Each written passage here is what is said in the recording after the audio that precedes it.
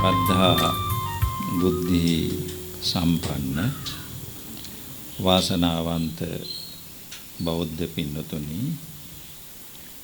අද දවසේ මේ සිද්ධ කරන පින්කම කොළඹ 10 සාහිත්‍ය පොත් පියසෙහි ගරු උපසභාපති මතුගම බෝපිටියේ පදිංචි මෛත්‍රී ශක්ති ශාසන බන්දු නන්දලාල් උදය මුණසිංහ මහත්මයා එතුමාගේ 65 වන ජන්මදිනය නිමිති කරගෙන නන්දලාල් උදය මහත්මයාට නිදුක් නිරෝගී චිරජීවනය ප්‍රාර්ථනා කරගෙන තුනුරුවන්ගේ අනන්ත ගුණ බලය ආශිර්වාදය රැකවරණය පිහිට ප්‍රාර්ථනා කරගෙන දූ දරුවන් ඇතුළු පවුලේ සියලු දෙනා විසින් මේ පින්කමේ දායකත්වයේ දරනවා. මූලික අරමුණ නන්දලාල් මහත්මයාට වයස 65 සම්පූර්ණ වීම නිමිති කරගෙන එතුමාගේ කායික ශක්තිය, මානසික ශක්තිය, ආගමික ශක්තිය, චිත්ත ශක්තිය වර්ධනය කර ගැනීම සඳහා බුදු පිහිට, දහමෙහි පිහිට ලබා ගැනීම ප්‍රාර්ථනා කරමි. මුණසිංහ මහත්මයා, නන්දලාල් උදය මුණසිංහ මහත්මයා බොහොම නිරෝගී සම්පන්න, ශක්ති සම්පන්න තත්වයෙන් සිටින්නේ. 65 කියලා කියන්නේ ඇත්තටම සමහර ඇත්තෝ කසාද බඳින වයස. ඇත්තටම දහම් සේසත කියලා කිව්වහම ඊටාම හොඳ ඝන පිහිටීමක්, හොඳ නමක් අපි බලාපොරොත්තු වෙනවා මේ මංගල ධර්ම දේශනාව වගේම මේ YouTube නාලිකාව රටට, ලෝකයට අනෙක් නාලිකාවන් අතර සුවිශේෂ නාලිකාවක් වේවා කියලා අපි ප්‍රාර්ථනා කරනවා. ඒ වගේම අපේ පාඨක ඇත්තන්ටත් ආරාධනා කරනවා තමන්ගේ ජන්මදිනය නිමිත්තෙන් ධර්ම දේශනාවක් පවත්වන්නට, තමන්ගේ අභාව ප්‍රාප්ත ඥාතිවරයෙක් වෙනුවෙන් ධර්ම දේශනාවක් පවත්වලා පින් පමනවන්නට, ඒ වගේම තමන්ගේ ආගමික මහ ලොකු පින්කමක්, සමහර ඇත්තෝ මහ විශාල පින්කම් කරනෝනේ එක එක විහාරස්ථානවල, ඒ පින්කමක් පටිගත කරලා මේ නාලිකා මගින් විකාශනය කරන්නට ඔබට අවශ්‍යයි නම් මේ නාලිකාවට අමතලා ඒ කටයුත්ත ඔබට සිද්ධ කරගන්න පුළුවන්. අද මම ධර්ම දේශනාව සඳහා තෝරගත්තේ ධම්මපදය කියන මා හැඟී ග්‍රන්ථයේ සඳහන් වන ගාථා ධර්මයක්. ඔබට ඒ කාරණාව පැහැදිලි කරන්න. පුඤ්ඤං චේ පුරිසෝ කෛරා කෛරා තේතං පුනප්පුනං තම්හි චන්දං කෛරාත සුඛෝ පුඤ්ඤස්ස උච්චයෝ කියලා කියන ගාථා ධර්මය. අපි පළමුව මේ ගාථා ධර්මයේ තේරුම නිවැරදි කරගන්නට ඕනේ. සමහර වෙලාවට ඔබත් යම් යම් විදිහට මේ ගාථාවේ තේරුම අදහස වටහාගෙන ඇති. පුඤ්ඤං චේ පුරිසෝ කෛරා. දැන් මේක කියන්නේ පුරුෂෝ, පුරුෂයා. කෛරා කරනවා. පුරුෂයෝ කරනවා. මොනවද කරන්නේ? සිතින් හිතනවා. කටින් කියනවා. කයින් කරනවා. ඒක තමයි මිනිස්සු කරනවා කියලා කියන්නේ. උපන්න දවසේ ඉඳලම මිය පරලෝ යන දවස දක්වාම සිතුවිලි හිතනවා. ඒ හිතන සිතුවිලි සියල්ල, සමහර සිතුවිලි තියෙනවා සිතටත් හොරෙන් හිතෙන ඒවා. ඒවට වෛද්‍ය විද්‍යාත්මක කියන අනිච්ඡානුගත ස්නායු පද්ධතිය කියලා. ඒ කියන්නේ අපි හිතන්නේත් නැතුව ශරීරයේ මොළයේ ක්‍රියාත්මක වෙනවා. දැන් මහා අනතුරක් සිද්ධ වෙන්න යනවා නම් එතනින් කපාට මනුෂ්‍ය පයින්ව එළියට. හරි මොකක් බේරෙන්න. පිච්චෙන යනවා නම් ඉතින් ඈතන. ඒවා හිතන්නේත් නැතුව සිද්ධ කරන ධාතියක් තියෙනවා. හිතින් හිතලා සිද්ධ කරන જાතියක් තියෙනවා. එතකොට නොහිතා සිද්ධ කරන දෙයට සහ සිතින් නොහිතා සිද්ධ කරන කටයුතු වලට පිම්පව් වැඩෙන්නේ නැහැ. පිම්පව් වැඩෙන්නේ නැහැ. දැන් උදාහරණයක් හැටියට කිව්වොත් මානසික ආබාධිත පුජ්‍යලයේ කිසියම් කෙනෙක් ඝාතනය කරනවා. මානසික ආබාධනේ අද ගොඩාක් ඔය ඝාතන ඒවයි වැඩිපුර මානසික ආබාධ වලින් ඝාතනය තමයි සිද්ධ වෙන්නේ. එතකොට ඒක සමාජයට අකුසලයක් හැටියට පේනවා.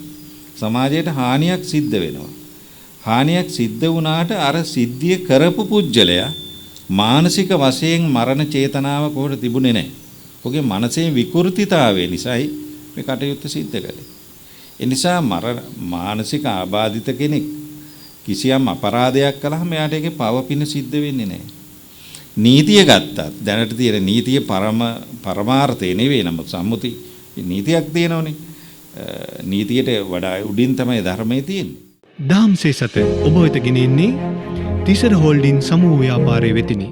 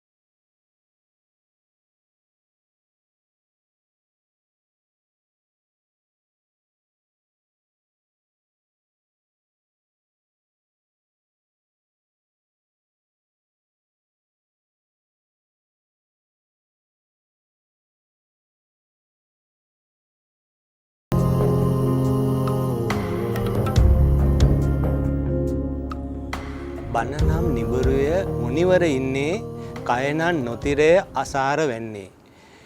පණ නම් තනාග පිනිබිඳ වෙන්නේ පින නම් නොපමාවම කරගන්නේ. පිනිබිඳක් වැනි ජීවිත මහ මුහුදක් තරම් බලාපොරොත්තුත් එක්ක ජීවිත වන අතරේ මේ සිල් බිඳගත්ත මුල් සිඳගත්ත සමාජයකට ආමන්ත්‍රණය කරන්නයි අද දහම්සේ සත මෙතෙන් සිට ආරම්භ වෙන්නේ. අද දහම්සේ සතට වැඩම කොට වදාළ වත්තල හුණුපිටිය උයන්වත්තේ ඥානාලෝක නාහිමි ගුණානුස්මරණ ධර්ම මන්දිරයේ නිර්මාතෘවර ඒ වගේම විද්‍යාශෝභිත තිසරණ පදනමේ ගරු සභාපති මීගමුව අගරුකාරමුල ශ්‍රී මේදංකර පිරිවෙනේ පරිවේනාධිපති ශාස්ත්‍රවේදී අවසරයි පූජ්‍යපාද දලුගම සමිත ඥාන අපේ ගෞරවනීය ස්වාමීන්ද්‍රයන් වහන්සේව ආරම්භයේදීම පාදාභිවන්දනයෙන් පිළිගන්න අවසරය අපේ හඳුන්වන්නේ. ඒ වගේම අද අපේ වැඩසටහනට වෙනදා වගේම සහභාගී වෙනවා ධර්ම ගවේෂී ශ්‍රීලාද සිල්ලා මෙතුමාවත් ආදරයෙන් ගෞරවයෙන් පිළිගන්නවා. අපි ඔබට පොරොන්දුවක් දුන්නා අපේ ඒ වර්ණ කුමාර මෙතුමාගේ සම්ප්‍රාප්තිය අපි බලාපොරොත්තු වෙනවා කියලා ඊළඟ වැඩසටහනෙන් ඒක යථාර්ථයක් වෙමින් අද තිසර හෝල්ඩින් සමූහ ව්‍යාපාරයේ අධිපති ඒ වර්ණ කුමාර මෙතුමා අද සහභාගී වෙනවා ඔබතුමාවත් ආදරයෙන් ගෞරවයෙන් පිළිගන්නවා. ඒ වගේම Thisara hospital management private limited ආයතනයේ අධ්‍යක්ෂිකාව අද සහභාගී වෙනවා අශෝකා දමයන්ති ගමගේ මහත්මියවත් ආදරයෙන් ගෞරවයෙන් පිළිගන්නවා. ඒ වගේම අද අපේ වැඩසටහන සහභාගී වෙනවා මේගමුව තිසර රෝහලේ ආයුර්වේද වෛද්‍ය ඩී.ඩී. පුෂ්පකුමාර ධර්මරත්න මෙතුමාවත් ආදරයෙන් ගෞරවයෙන් පිළිගන්නවා. අපේ ශ්‍රීලා සිල්ලා මෙතුමාගේ ආදරණීය බිරිඳ වන ගීතානි පෙරේරා මහත්මියවත් ආදරයෙන් ගෞරවයෙන් පිළිගන්නවා. අපේ හාමුදුරුවනේ බුදුදහම සබහාදහම වගේම අපිට ඊ타මත්ම වැදගත් වෙනවා සෞඛ්‍ය නිරෝගීකම කුමක්ද කියන කාරණයත් එක්ක බුදුදහමත් එක්ක කොහොමද මේකේ සබඳියාව බැඳීම පවතින්නේ කොහොමද කියන කාරණාවට අදත් ඔබ වහන්සේගෙන් ප්‍රවේශයක් පූරිකාවක් ආරම්භයේදී බලාපොරොත්තු වෙන අපේ හාමුදුරනේ අවසරයි. හැම දිනාටම තෙරුවන් සරණයි කියලා අපි ප්‍රාර්ථනා කරනවා අදත් දහම්සේ සතු තුලින් ඔබගේ ජීවිතයේ පැන නැගෙන ගැටලු විමසා ගැනීම සඳහා නව මුහුණුවරකින් යුක්තව මේ අවස්ථාවට අද සහභාගී වෙමින් කටයුතු කරන අපේ ශ්‍රීලාල් මැතිතුමා ඒ වගේම තිසර හෝල්ඩින්ග් සමූහ ව්‍යාපාරයේ අධිපතිතුමා අපේ ඒ වර්ණ කුමාර මැතිතුමා ඒ වගේම මැතිණිය ඇතුළු පින්වත් පිරිස අද මේ අවස්ථාවට සහභාගී වෙනවා. විශේෂයෙන්ම චාමික මහත්මයාණනි අද අපි පසුගිය සතියේ සාකච්ඡා කරන්නට යෙදුණු මාතෘකාවේ දිගුවක් විදිහට මම හිතන්නේ අද සාකච්ඡාව අපි ආරම්භ කිරීමට බලාපොරොත්තු වෙනවා. විශේෂයෙන්ම බුදුරජාණන් වහන්සේ මේ පුද්ගලයෙකුගේ සෞඛ්‍ය සම්පන්න ජීවිතය පිළිබඳව නිවැරදි වැටහීමකින් අවබෝධයකින් යුක්තව කටයුතු කරන්නට කියලා අපිට නිතරම අවවාද අනුශාසනා කරන්නට යෙදුණා. එතකොට අද දවසේදී අපි සාකච්ඡා කිරීමට බලාපොරොත්තු වෙන්නේ කොහොමද අපි නිරෝගීවන්ත මිනිසුන් පිරිසක් බවට පත් වෙන්නේ කායික වශයෙන් වගේම මානසික වශයෙන්ුත් මේ පැති දෙකෙන්ම. දැන් සූත්‍ර පිටකයේ සඳහන් වෙනවා මේ පෙර අතීතයේ තිබුණේ ලෙඩ රෝග 3යි. එහෙමයි. තයෝ රෝගා පුරේ ආහු. ඒ කියන්නේ ලෙඩ රෝග 3යි තිබුණේ. එකක් තමයි ඉච්ඡා කියලා කියනවා. ඉච්ඡා කියලා කියන්නේ දැඩි ලෝභය. අනසනං කියලා කියන්නේ ආහාර නැතිකම. ඒ වගේම තයෝ රෝගා පුරේ ආහු ඉච්ඡා අනසනං තථා. ඒ වගේම තමන්ගේ තියෙන දැඩි මසුරුකම සහ ආහාර නැතිකම සහ ඊර්ෂියාව කියන මේ දේවල් තමයි පෙර තිබුණේ රෝග හැටියට. හැබැයි සඳහන් කරනවා පසූනංච සමාරබ්බ මිනිස්සුන්ගේ එක දුර්වලතාවයක් තිබුණා මේ සත්තු මරාගෙන කෑමේ ගතියක් තිබුණා. ඒ කියන්නේ සතෙකුට සීමා වෙන්නේ නැතුව අසීමිත ලෙස සතුන් මරාගෙන යන්න අපි පුරුදු වුණා. පසූනංච සමාරබ්බ අට්ඨ නෞති මාගම. ඒ කියන්නේ අපි කියන්නේ 890ක් රෝග ආවා කියලා කියන්නේ. දැන් ගොඩාක් දුරට ආයුර්වේදයේ උනත් සඳහන් වෙන්නේ මේ 890ක් රෝග. අද වෙනකොට සමහර වෙලාවල් වලට දැන් අපිට හැදෙන රෝග මොනවද කියලා හරියට විනිශ්චය කරන්න බෑ. සමහර ලෙඩ රෝග තියෙනවා ඒවට නම් හොයා ගන්නවත් බැරි තත්වයකටපත් වෙලා තියෙනවා. ඒ නිසා අපි හොඳට මතක තියාගන්නට ඕනේ බුදුරජාණන් වහන්සේ දේශනා කරන්නේ මුලින්ම රෝගයට හේතුව. ඇයි අපි මේ ලෙඩ වෙන්නේ? ලෙඩුන් බවට පත් වෙන්නේ, රෝගීන් බවට පත් වෙන්නේ ඇයි කියන එක පිළිබඳව බුදුරජාණන් වහන්සේ අපිට උගන්වා දීලා තියෙනවා. දැන් උදාහරණයක් විදිහට ගත්තාම බුදුරජාණන් වහන්සේගේ දේශනය තුළ මේ පටිච්චසමුප්පාද ධර්මයේ බුදුහාමුදුරුවෝ උගන්වන්නේ මේ ලෝකේ දන්නේ නැතිකම නිසා නොදන්නාකම නිසා බොහෝ අය බොහෝ දේවල් එකතු කරනවා. දැන් බොහෝ දේවල් ගොඩ ගහනවා. මේ එකතු කරන ගොඩ ගහන කාලවකවානුවක් තුල අපිට පුළුවන් නම් යම්කිසි දෙයක් යම්කිසි කෙනෙකුට බෙදා දෙන්න. මම හිතන්නේ අත්හැරීම කියන එක. අත්හැරීම කියන එක අපිට පුරුදු කරන්න පුළුවන් නම් අපි මානසික වශයෙන් පෝසතුන් බවට පත් වෙනවා. ඉතින් ඒ නිසා අපි මේ ආරම්භ කරන්නට දුන පියවර ඒ විශේෂයෙන්ම අද දවසේ අපිට මතක් කරන්නට ඕනේ මීගමුවේ පදිංචි ඒ වර්ණ කුමාර මැතිතුමා එම මැතිණිය ඇතුළු ඒ සීලුම දෙනාමගේම සහභාගීත්වයෙන් යුක්තව මෙම කටයුතු සංවිධානය කරගන්නට යෙදුණා. ඉතින් විශේෂයෙන්ම අපිට මේ වෙලාවේදී අපේ සාකච්ඡාවේදී අපි මේ කරන සාකච්ඡාව සමහර වෙලාවට වචනයට පමණක් සීමා නොවි බොහෝ දුරට සමාජයේ පුරාම ක්‍රියාත්මක කරන දීප ව්‍යාප්ත පුණ්‍ය කර්මයක් බවට පත් කර ගන්නට අපි තෝතැන්නක් විදිහට මේක අපි මුලපිරීමක් විදිහට අපි අදිෂ්ඨාන කරගමු. එම කටයුතු සියල්ලම සාර්ථක භාවයට පත් කර ගැනීමට හැකි වේවා කියලා. අදිෂ්ඨානී බලමහිමේ නිසක ජයග්‍රහණයට හේතු වේ කියන පිරිසිදු චේතනා තමයි ගෙන දෙන්නේ වාසනාව. අපේ මේ සභාවේ ඉන්න ධර්මගායසී අපේ ශ්‍රීලාල් සිල්ලා මැතිතුමා. ශ්‍රීලාල් සිල්ලා මැතිතුමනේ මං හිතන්නේ දිනපොතේ දින නැති ගානට කිසිම මුදල් බලාපොරොත්තුවකින් තොරව ඔබතුමා රට වටේම ගිහිල්ලා පිරිත් දේශනාවලට සහභාගී වෙනවා. මං හිතන්නේ අද උදෑසන දවල් මේ අද රාත්‍රියේ මේ නිරන්තරයෙන් මෙවැනි සත්කාරයන්ට දායක වෙන නිසාද මා කියන්න දන්නේ. ඔබතුමාට හොඳ විශ්වාසයක් තියෙනවා. විශ්වාසම් පරමාඥාති විශ්වාසය තමයි පරම ඥාතිය වගේ මේ සබහා දහම ගැන ඔබතුමාට හොඳ විශ්වාසයක් තිබුණා. අපේ ස්වාමීන් වහන්සේත් කියනා වගේම මේ අද අපි මේ ඉන්නේ එලිමහන් පරිශ්‍රයේදී හතර වටෙන්ම කළු කළා එහෙන් අපිට විදුලිය විසන්ධි වීම තියෙනවා. මේ සියලු බාධා හමුවේ තමයි අද අපි මේ වැඩසටහන ඉදිරිපත් කරන්න වර්ණකුමාර මැතිතුමනි. එතකොට අපේ ශ්‍රීලාල් මැතිතුමාටත් අපේ ස්වාමීන් වහන්සේටත් වර්ණකුමාර මැතිතුමාත් කිව්වේ නෑ අපේ වැඩසටහනට එහෙම බාධාවක් වෙන්නේ නැහැ කියන විශ්වාසය ඊට වැදගත් වෙනවා. අපේ මේ විශ්වාසයත් එක්ක නිරෝගීකමට කොයිතරම් බලපෑමක් ඇති කරනවාද කියන කාරණාවට මම කැමතියි ඔබතුමාගෙන් පිළිතුරක්.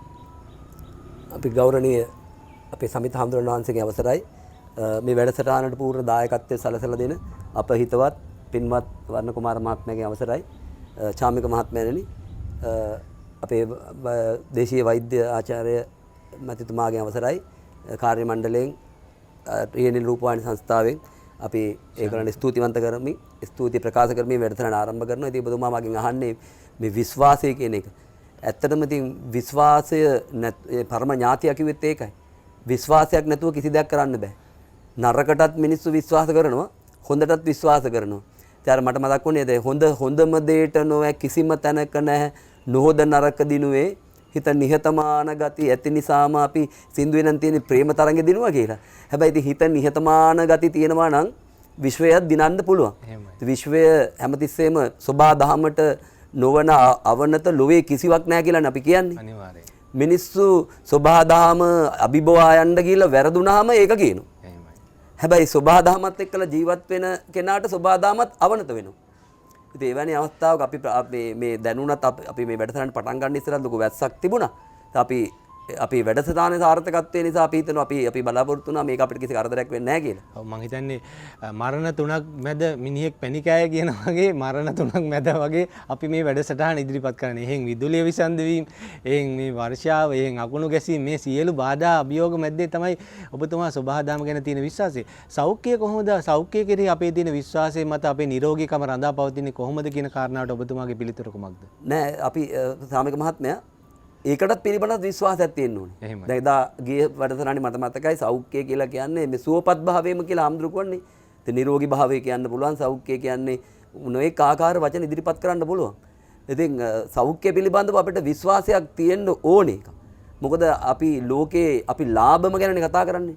ලාභ කියන එක හොයන ලෝකේ පරම ලාභය හැටියට දේශනා කරේ බුදුරජාණන් වහන්සේ ආරෝග්‍යය. ඉතින් ආයේ ඒ ගැන තර්ක දෙකක් නැහැ. එතකොට ඒ ලාභය හොයන්න ඒ ලාභයේ උපේන අයට ලොකු විශ්වාසයක් තියෙනවා. නිරෝගීකම රැකගන්නේ කොහොමද කියන එක. දැන් අපේ හාමුදුරුවෝ හොඳ ප්‍රවේශයක් ගෙනාවා. මුල්ම කාලේ තිබිලා තියෙන්නේ මේ රෝගී කියලා කියන්නේ ඉරිසියාව, දැඩි ලෝභය සහ මේ ආහාර නිඟකම. ඒක මුලින්ම පසු ආවේ කියන්නේ සත්තු මරාගෙන කන්න ගත්තා. එතකොට සත්තුන්ව මරාගෙන කන්න තරම් මිනිස්සු පෙළඹුණේ දැඩි ලෝභයේ උපරිමයට ගිය නිසා. ඒක නිසා නැවත 80 මම අහලා තියෙනවා නොඑක් රෝග විශේෂයෙන්ම හරක ඝාතනය කරගන්න ගත්තට පස්සේ කියලා. ඊට එහා ගිහලා තවත් මිනිස්සු සත්තු ඝාතනය කරනවනේ. ඉතින් අපිට විශ්වාසයක් ගොඩ නැගිලා තියෙනවා. අපි මේ ධර්මයේ විශ්වාස කරනවා. මොකද සියලු සතුන් දඬුවමට බයයි, සියලු සතුන් මරණයට බයයිනේ. සබ්බේ තසන්ති දණ්ඩස්ස සබ්බේ බහයන්ති මච්චුණු. අත්තානං උපමංකත්වා. තමන් උපමාන නහනයන ඝාතේ. සත්ව ඝාතනය කරන්නේ. එතකොට අපි උපමා කරගෙන තියන්නේ අපේ සෞඛ්‍යය. එතකොට අපි අපේ සෞඛ්‍ය රැක ගැනීම සඳහා තවත් සත්ත්වෙක්ගේ සෞඛ්‍ය විනාශ කරනවනේ. ඒක තමයි සබහාදාම අපිට එරෙහිව යන්නේ. මේ සියලු දේ සබහාදාමට අයිති තියෙන්නේ. අපි ඇතුළු අපේ හැම දෙයක්ම අපි ගන්න හුස්ම ටික පවා අපේ එකක් නෙවෙයිනේ. ඒත් අපිට මේක සබහාදාමට අයිති දේවල්. ඒතර සබහාදාම අපිට අයිති දේවල් දීලා තියෙනවා. අපි ඒක ඉක්මවා ගිහිල්ලා සබහාදාම අතික්‍රමණය කරමින් අපි අපේ දේවල් අපේ යටතර ගන්න හදනවා. රාහම්දුරු කිව්වාගේ මුලින්ම ඒ කාලේ තිබිච්ච ඊරිසි තණ්හාව, දැඩි ලෝභකම, ඒතර අපේ සෞඛ්‍ය යන්නේ ඒ ටික ජාමික මහත්තයා අපේ ජීවිතේ මුල්ම වැටේදී කියන්නේ ඒ පිළිබඳ අපිට විශ්වාසයක් ඇති කරගන්න ඕනේ. අපි සබාදාම විසින් නිර්මාණය කරපු කිසි දෙයක් අපිට අයුතු ලෙස අපි භාවිතා කරන්න යන්නේ විශ්වාසය තියෙනවා. ඒ විශ්වාසය මත පදනම් වෙලා අපේ නිරෝගී භාවය අපිට සාහවුරු කරගන්න පුළුවන් කියන එක තමයි අපිට මුල්ම අවස්ථාවේදී මේක කියන්න පුළුවන් වෙන්නේ. හොඳයි. අපේ ඒ වර්ණ කුමාර මෙතුමත් මම හිතන්නේ විශ්වාසයේ පරම ඥාතිය කරගෙන ව්‍යාපාර ලෝකයේ ඉහළින්ම වැජබෙන නාමයක් තිබෙන තිසර හෝල්ඩින් සමූහ ව්‍යාපාරයේ අධිපතිතුමා. මම හිතන්නේ තිසර සමූහ ව්‍යාපාරයේ ආයතන ගණනාවක අධිපතිවරයා. මම හිතන්නේ ඔබතුමාත් ඒ විශ්වාසය කියන කාරණාවත් එක්ක අර බොහෝ වෙලාවට මඩේ හිටපු ඉන්න වගේ නොවි අපේ මහා සංඝරත්නයේ තියෙන උජුපටිපන්න ගුණය ඍජු බව. දැන් ඔබතුමාත් ආපු ගමන්නේ අපිට මේක කිසි සබාදාමෙන් අපිට බාධාවක් වෙන්නේ නැහැ කියලා. ඔබතුමාගේ ගමන් මඟ පිළිබඳව අපි මෙහිදී කෙටියෙන් හෝ කතා බහ නොකරලා අපේ සාකච්ඡාට ප්‍රවේශයක් ලබා ගත්තොත් මේක අසම්පූර්ණ කතිකාවක් වෙයි. ඒ නිසා ඔබතුමාගේ පූජිත ජීවිතයක් නිසාම අපේ බොහෝ දෙනාට වැදගත් වෙයි. අපිට කෙටියෙන් හෝ අපිට කියන්නකෝ ඔබතුමාගේ ගමන් මඟ සහ ඔබතුමාගේ සාර්ථකත්වයේ රහස කුමක්ද කියලා. අවසරයි අපේ සමිත ඥාන ස්වාමින් වහන්සේගෙන් ඒ වගේම අපේ ධම්මගවේෂී ශ්‍රීලාල්ද සිල්වා මැතිතුමනි අනිකුත් අපේ ආයුර්වේද වෛද්‍යාචාර්යතුමනි ඒ වගේම චාමික මහත්මයා ඇත්තටම මගේ ගමන් මගේ ගුරුවරයා තමයි මගේ ආදරණීය අම්මා. මම හැම අවස්ථාවකම අම්මා තාත්තා හැමදෙනාම මතක් කරනවා. නමුත් පවුලේ අම්මා මගේ පිටිපස්සෙන් හැමදාම හිටියා. ඒ වගේම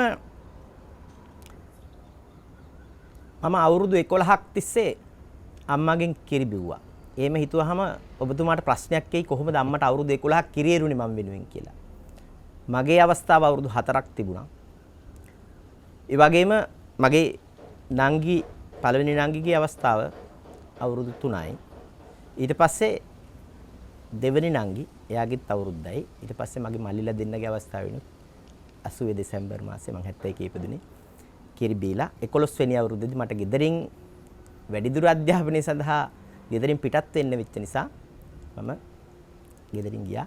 අම්මා හැමදාම මම නිදි කරනකොට මට කිරි මහත්තයා කියලා තමයි කතා කරේ ගෙදර. හැමදාම කතාවක් කියලා තමයි එක්ක ජාතික කතා පොතේ කතාවක් එහෙම නැත්නම් දිරි ගන්වන කතාවක්. මේ ආකාරයෙන් කතා කියලා තමයි නිදි කෙරෙව්වේ. අන්න ඒකම හේතුණා මගේ ජීවිතය ශක්තිමත් කරගන්න. මම හිතන්නේ ඔබතුමා හොඳ වෙලාවට මේ මව්කිරි බීවේ නේද? දැන් අද කාලේ බොහෝ දෙනා මව්කිරි බීලා නැති හින්දා තමයි මේ කිරිපිටි පෝලිං වල මේ මම හිතන්නේ මේ වගේ කිරිපිටි පෝලිං මම හිතන්නේ මේ මව්කිරි බොන මිනිස්සු එහෙම කිරිපිටි ගොන් කිරි බොන්න මේ අවුරුදු 60 ගිහිල්ලත් මේ කිරිපිටි පෝලිං වල අපිට ඉන්නල මම හිතන්නේ හොඳ වෙලාවට අපි වර්ණකුමාර මෙතුමා මේ මව්කිරි බීලා ගොන් කිරි බොන එක නතර කරේ නේද? ඒක ඉතාල වැදගත් වෙන කාරණාවක්. කිරි බීලම නෑ මහත්තයා. එහෙමයි. අදත් අපි කිරි ගෙදර මං හිතන්නේ එල කිරි ටිකක් ගෙනාවොත් හැරෙන්නට අපි කිරි බොන ප්‍රමාණය තාම අල්පයි. තේ කහට ටිකක් තමයි බොන්නේ. ඉතින් සරල ජීවිතයක් අම්මා හුරු කෙරුවා. ඒ වගේම මම මේ අවස්ථාවේ මතක් කරන්නට ඕනේ මගේ ආදරණීය ලොකු අක්කා. ඒ වගේම මගේ සුදු අයියා අද යා නවසීලන්තේ ජීවත් වෙන්නේ. මගේ ජීවිතේ සාර්ථකත්වයන් ගත්තු හැම අවස්ථාවකම ඔවුන්ගේ ශක්තිය මට ලබා දුන්නා. ඉතින් ඒ වගේම මම මතක් කරන්නට ඕනේ මේ අවස්ථාවේදී මම ධර්මයට හුරු කරේ මේ අපේ සමිත ඥාන හාමුදුරන් වහන්සේගෙත් අපෙත් ඒ ගුරු දේවෝත්තම අපේ උයන්වත්තේ ඥානාලෝක ලොකු හාමුදුරුවෝ උන්වහන්සේ මේ අවස්ථාවේ විතරක් නෙවෙයි අපි යමක් යහපත් වැඩක් කරන හැම අවස්ථාවෙම සිහිපත් කළා උන්වහන්සේට නිවන් අවබෝධයේ පිණිසම ඒ පින් හේතු වාසනාවෙන්ට කියලා ප්‍රාර්ථනා කරනවා. මේ අවස්ථාවේදීත් මම ඒක පසු කරන්නේ නැහැ. ඒක අපි මේ හැම ජයග්‍රහණයක්ම ලබන්නට ප්‍රධානම හේතුවක් උනේ ධර්මයත් එක්ක ධර්මයේ මුසු කරලා ධර්මයේ පෙරටු කරගෙන තමයි අපි ව්‍යාපාර ජීවිතයත් කරගෙන යන්න මූලික උනේ. හොඳයි මම හිතන්නේ වර්ණ කුමාර මැතිතුමනි ඔබතුමාගෙන් තව බොහෝ කාරණා ඔබතුමා නොකියව කාරණා තිබෙනවා ඔබතුමාගේ ව්‍යාපාර සාර්ථකත්වය මොකද එක ව්‍යාපාරයක් දෙකක් නෙවෙයි ව්‍යාපාර ගණනාවක අධිපතිවරයෙක් අපේ හාමුදුරනේ මේ සෞඛ්‍ය ප්‍රවර්ධනයට ගත හැකි ක්‍රියාමාර්ග මම හිතන්නේ මෙතුමාගේ සරල බව තුලත් ඒ සෞඛ්‍ය ප්‍රවර්ධනයට ගත හැකි ක්‍රියාමාර්ග කිහිපයක්ම කියවුණා මේ එතුමාගේ රහසත් එක්ක අපේ හාමුදුරනේ සෞඛ්‍ය ප්‍රවර්ධනයට ගත හැකි ක්‍රියාමාර්ග මොනවද කියන කාරණාවට ඔබ වහන්සේගේ පිළිතුරත් මා කැමතියි දැනගන්නට. ඔව් ඇත්තටම අපේ වර්ණ කුමාර මහත්මයා මේ ඉතා සංවේදී වගේම හිතට දැනෙන වචන ටිකක් කිව්වා. ප්‍රධාන වශයෙන්ම මේ බොහොම වටිනම දේ තමයි අම්මා කෙනෙක් දරුවෙකුට මව්කිරි ටිකක් දෙන එක. දැන් අද කාලේ ඉන්න අම්මලා ඕක අකමැතිනේ තාරුන්නේ නැති වෙනවා. ඈ කැත වෙනවා. ඈ තමන්ගේ පෙනුම නැති වෙනවා. කියලා මේ තමන්ගේ දරුවට පොවන මව්කිරි ටිකට ලෝභ කරන අම්මලා ඉන්නවා. දැන් අර කවියක් තියෙන මැනලද පුතේ කිරි දුන්නේ මානුඹට කියලා කියන කවියට අද කාලේ හැටියට ගොඩාක් දුරට කියන්නේ අම්මලා ඇත්තටම මැනලා දෙන මට්ටමටපත් වෙලා තියෙනවා. ඒ නිසා මෙතනදී විශේෂයෙන්ම බුද්ධ දේශනාවේ පැහැදිලි කරනවා නිවැරදි සෞඛ්‍යයක් ලබා ගන්න. දැන් අපේ අම්මලා තාත්තලා දරුවන්ට කවන්නේ ෂණික දේවල් ඉෂ්ටන්නේ. ඉක්මනින් හදන්න පුළුවන් දේ මොකද්ද? හැදුවා කැවුවා. දැන් පුංචි දරුවෙක් වුණත් කැමති ඉක්මනින්ම කන්න පුළුවන් දේ, හදා ගන්න පුළුවන් දේ, ක්ෂණිකව කන්න පුළුවන් දෙයක් තියෙනවා නම් ඒක හදාගත්තා කෑවා. ඒකට තමයි අපි හැමෝම පුරුදු වෙලා තියෙන්නේ. එතකොට අපි පැහැදිලි වෙන්න ඕනේ ප්‍රධාන වශයෙන් කුඩා කාලේ ඉඳලා දරුවෙකුට නිවැරදි සෞඛ්‍ය සම්පන්න ජීවිතයක් අවශ්‍ය කරනවා. ඒ නිවැරදි සෞඛ්‍ය සම්පන්න ජීවිතය ලබන්න නම් ඒ ළමයාට පුරුදු කරන්න ඕනේ අංශ තුනක් තියෙනවා. දැන් කුමාරතුංග මුනිදාස මහත්මයා කියනවා දරුවෙකුගේ පෝෂණය වෙන්න ඕනේ කාරණා තුනක් තියෙනවා. හිස, හද, අත කියලා. ඔළුව පෝෂණය වෙන්න ඕනේ. හදවත පෝෂණය වෙන්න ඕනේ. අත කියලා කියන්නේ අත් දෙක. දැන් අපිට පුංචි කාලේ කියලා දුන්නේ අත සෙලෙව්වොත් කට සොලවන්න පුළුවන් කියලා. අත සොලවන්න නැතුව කට සොලවන්න යන්න හොඳ නැහැ. උත්සාහය.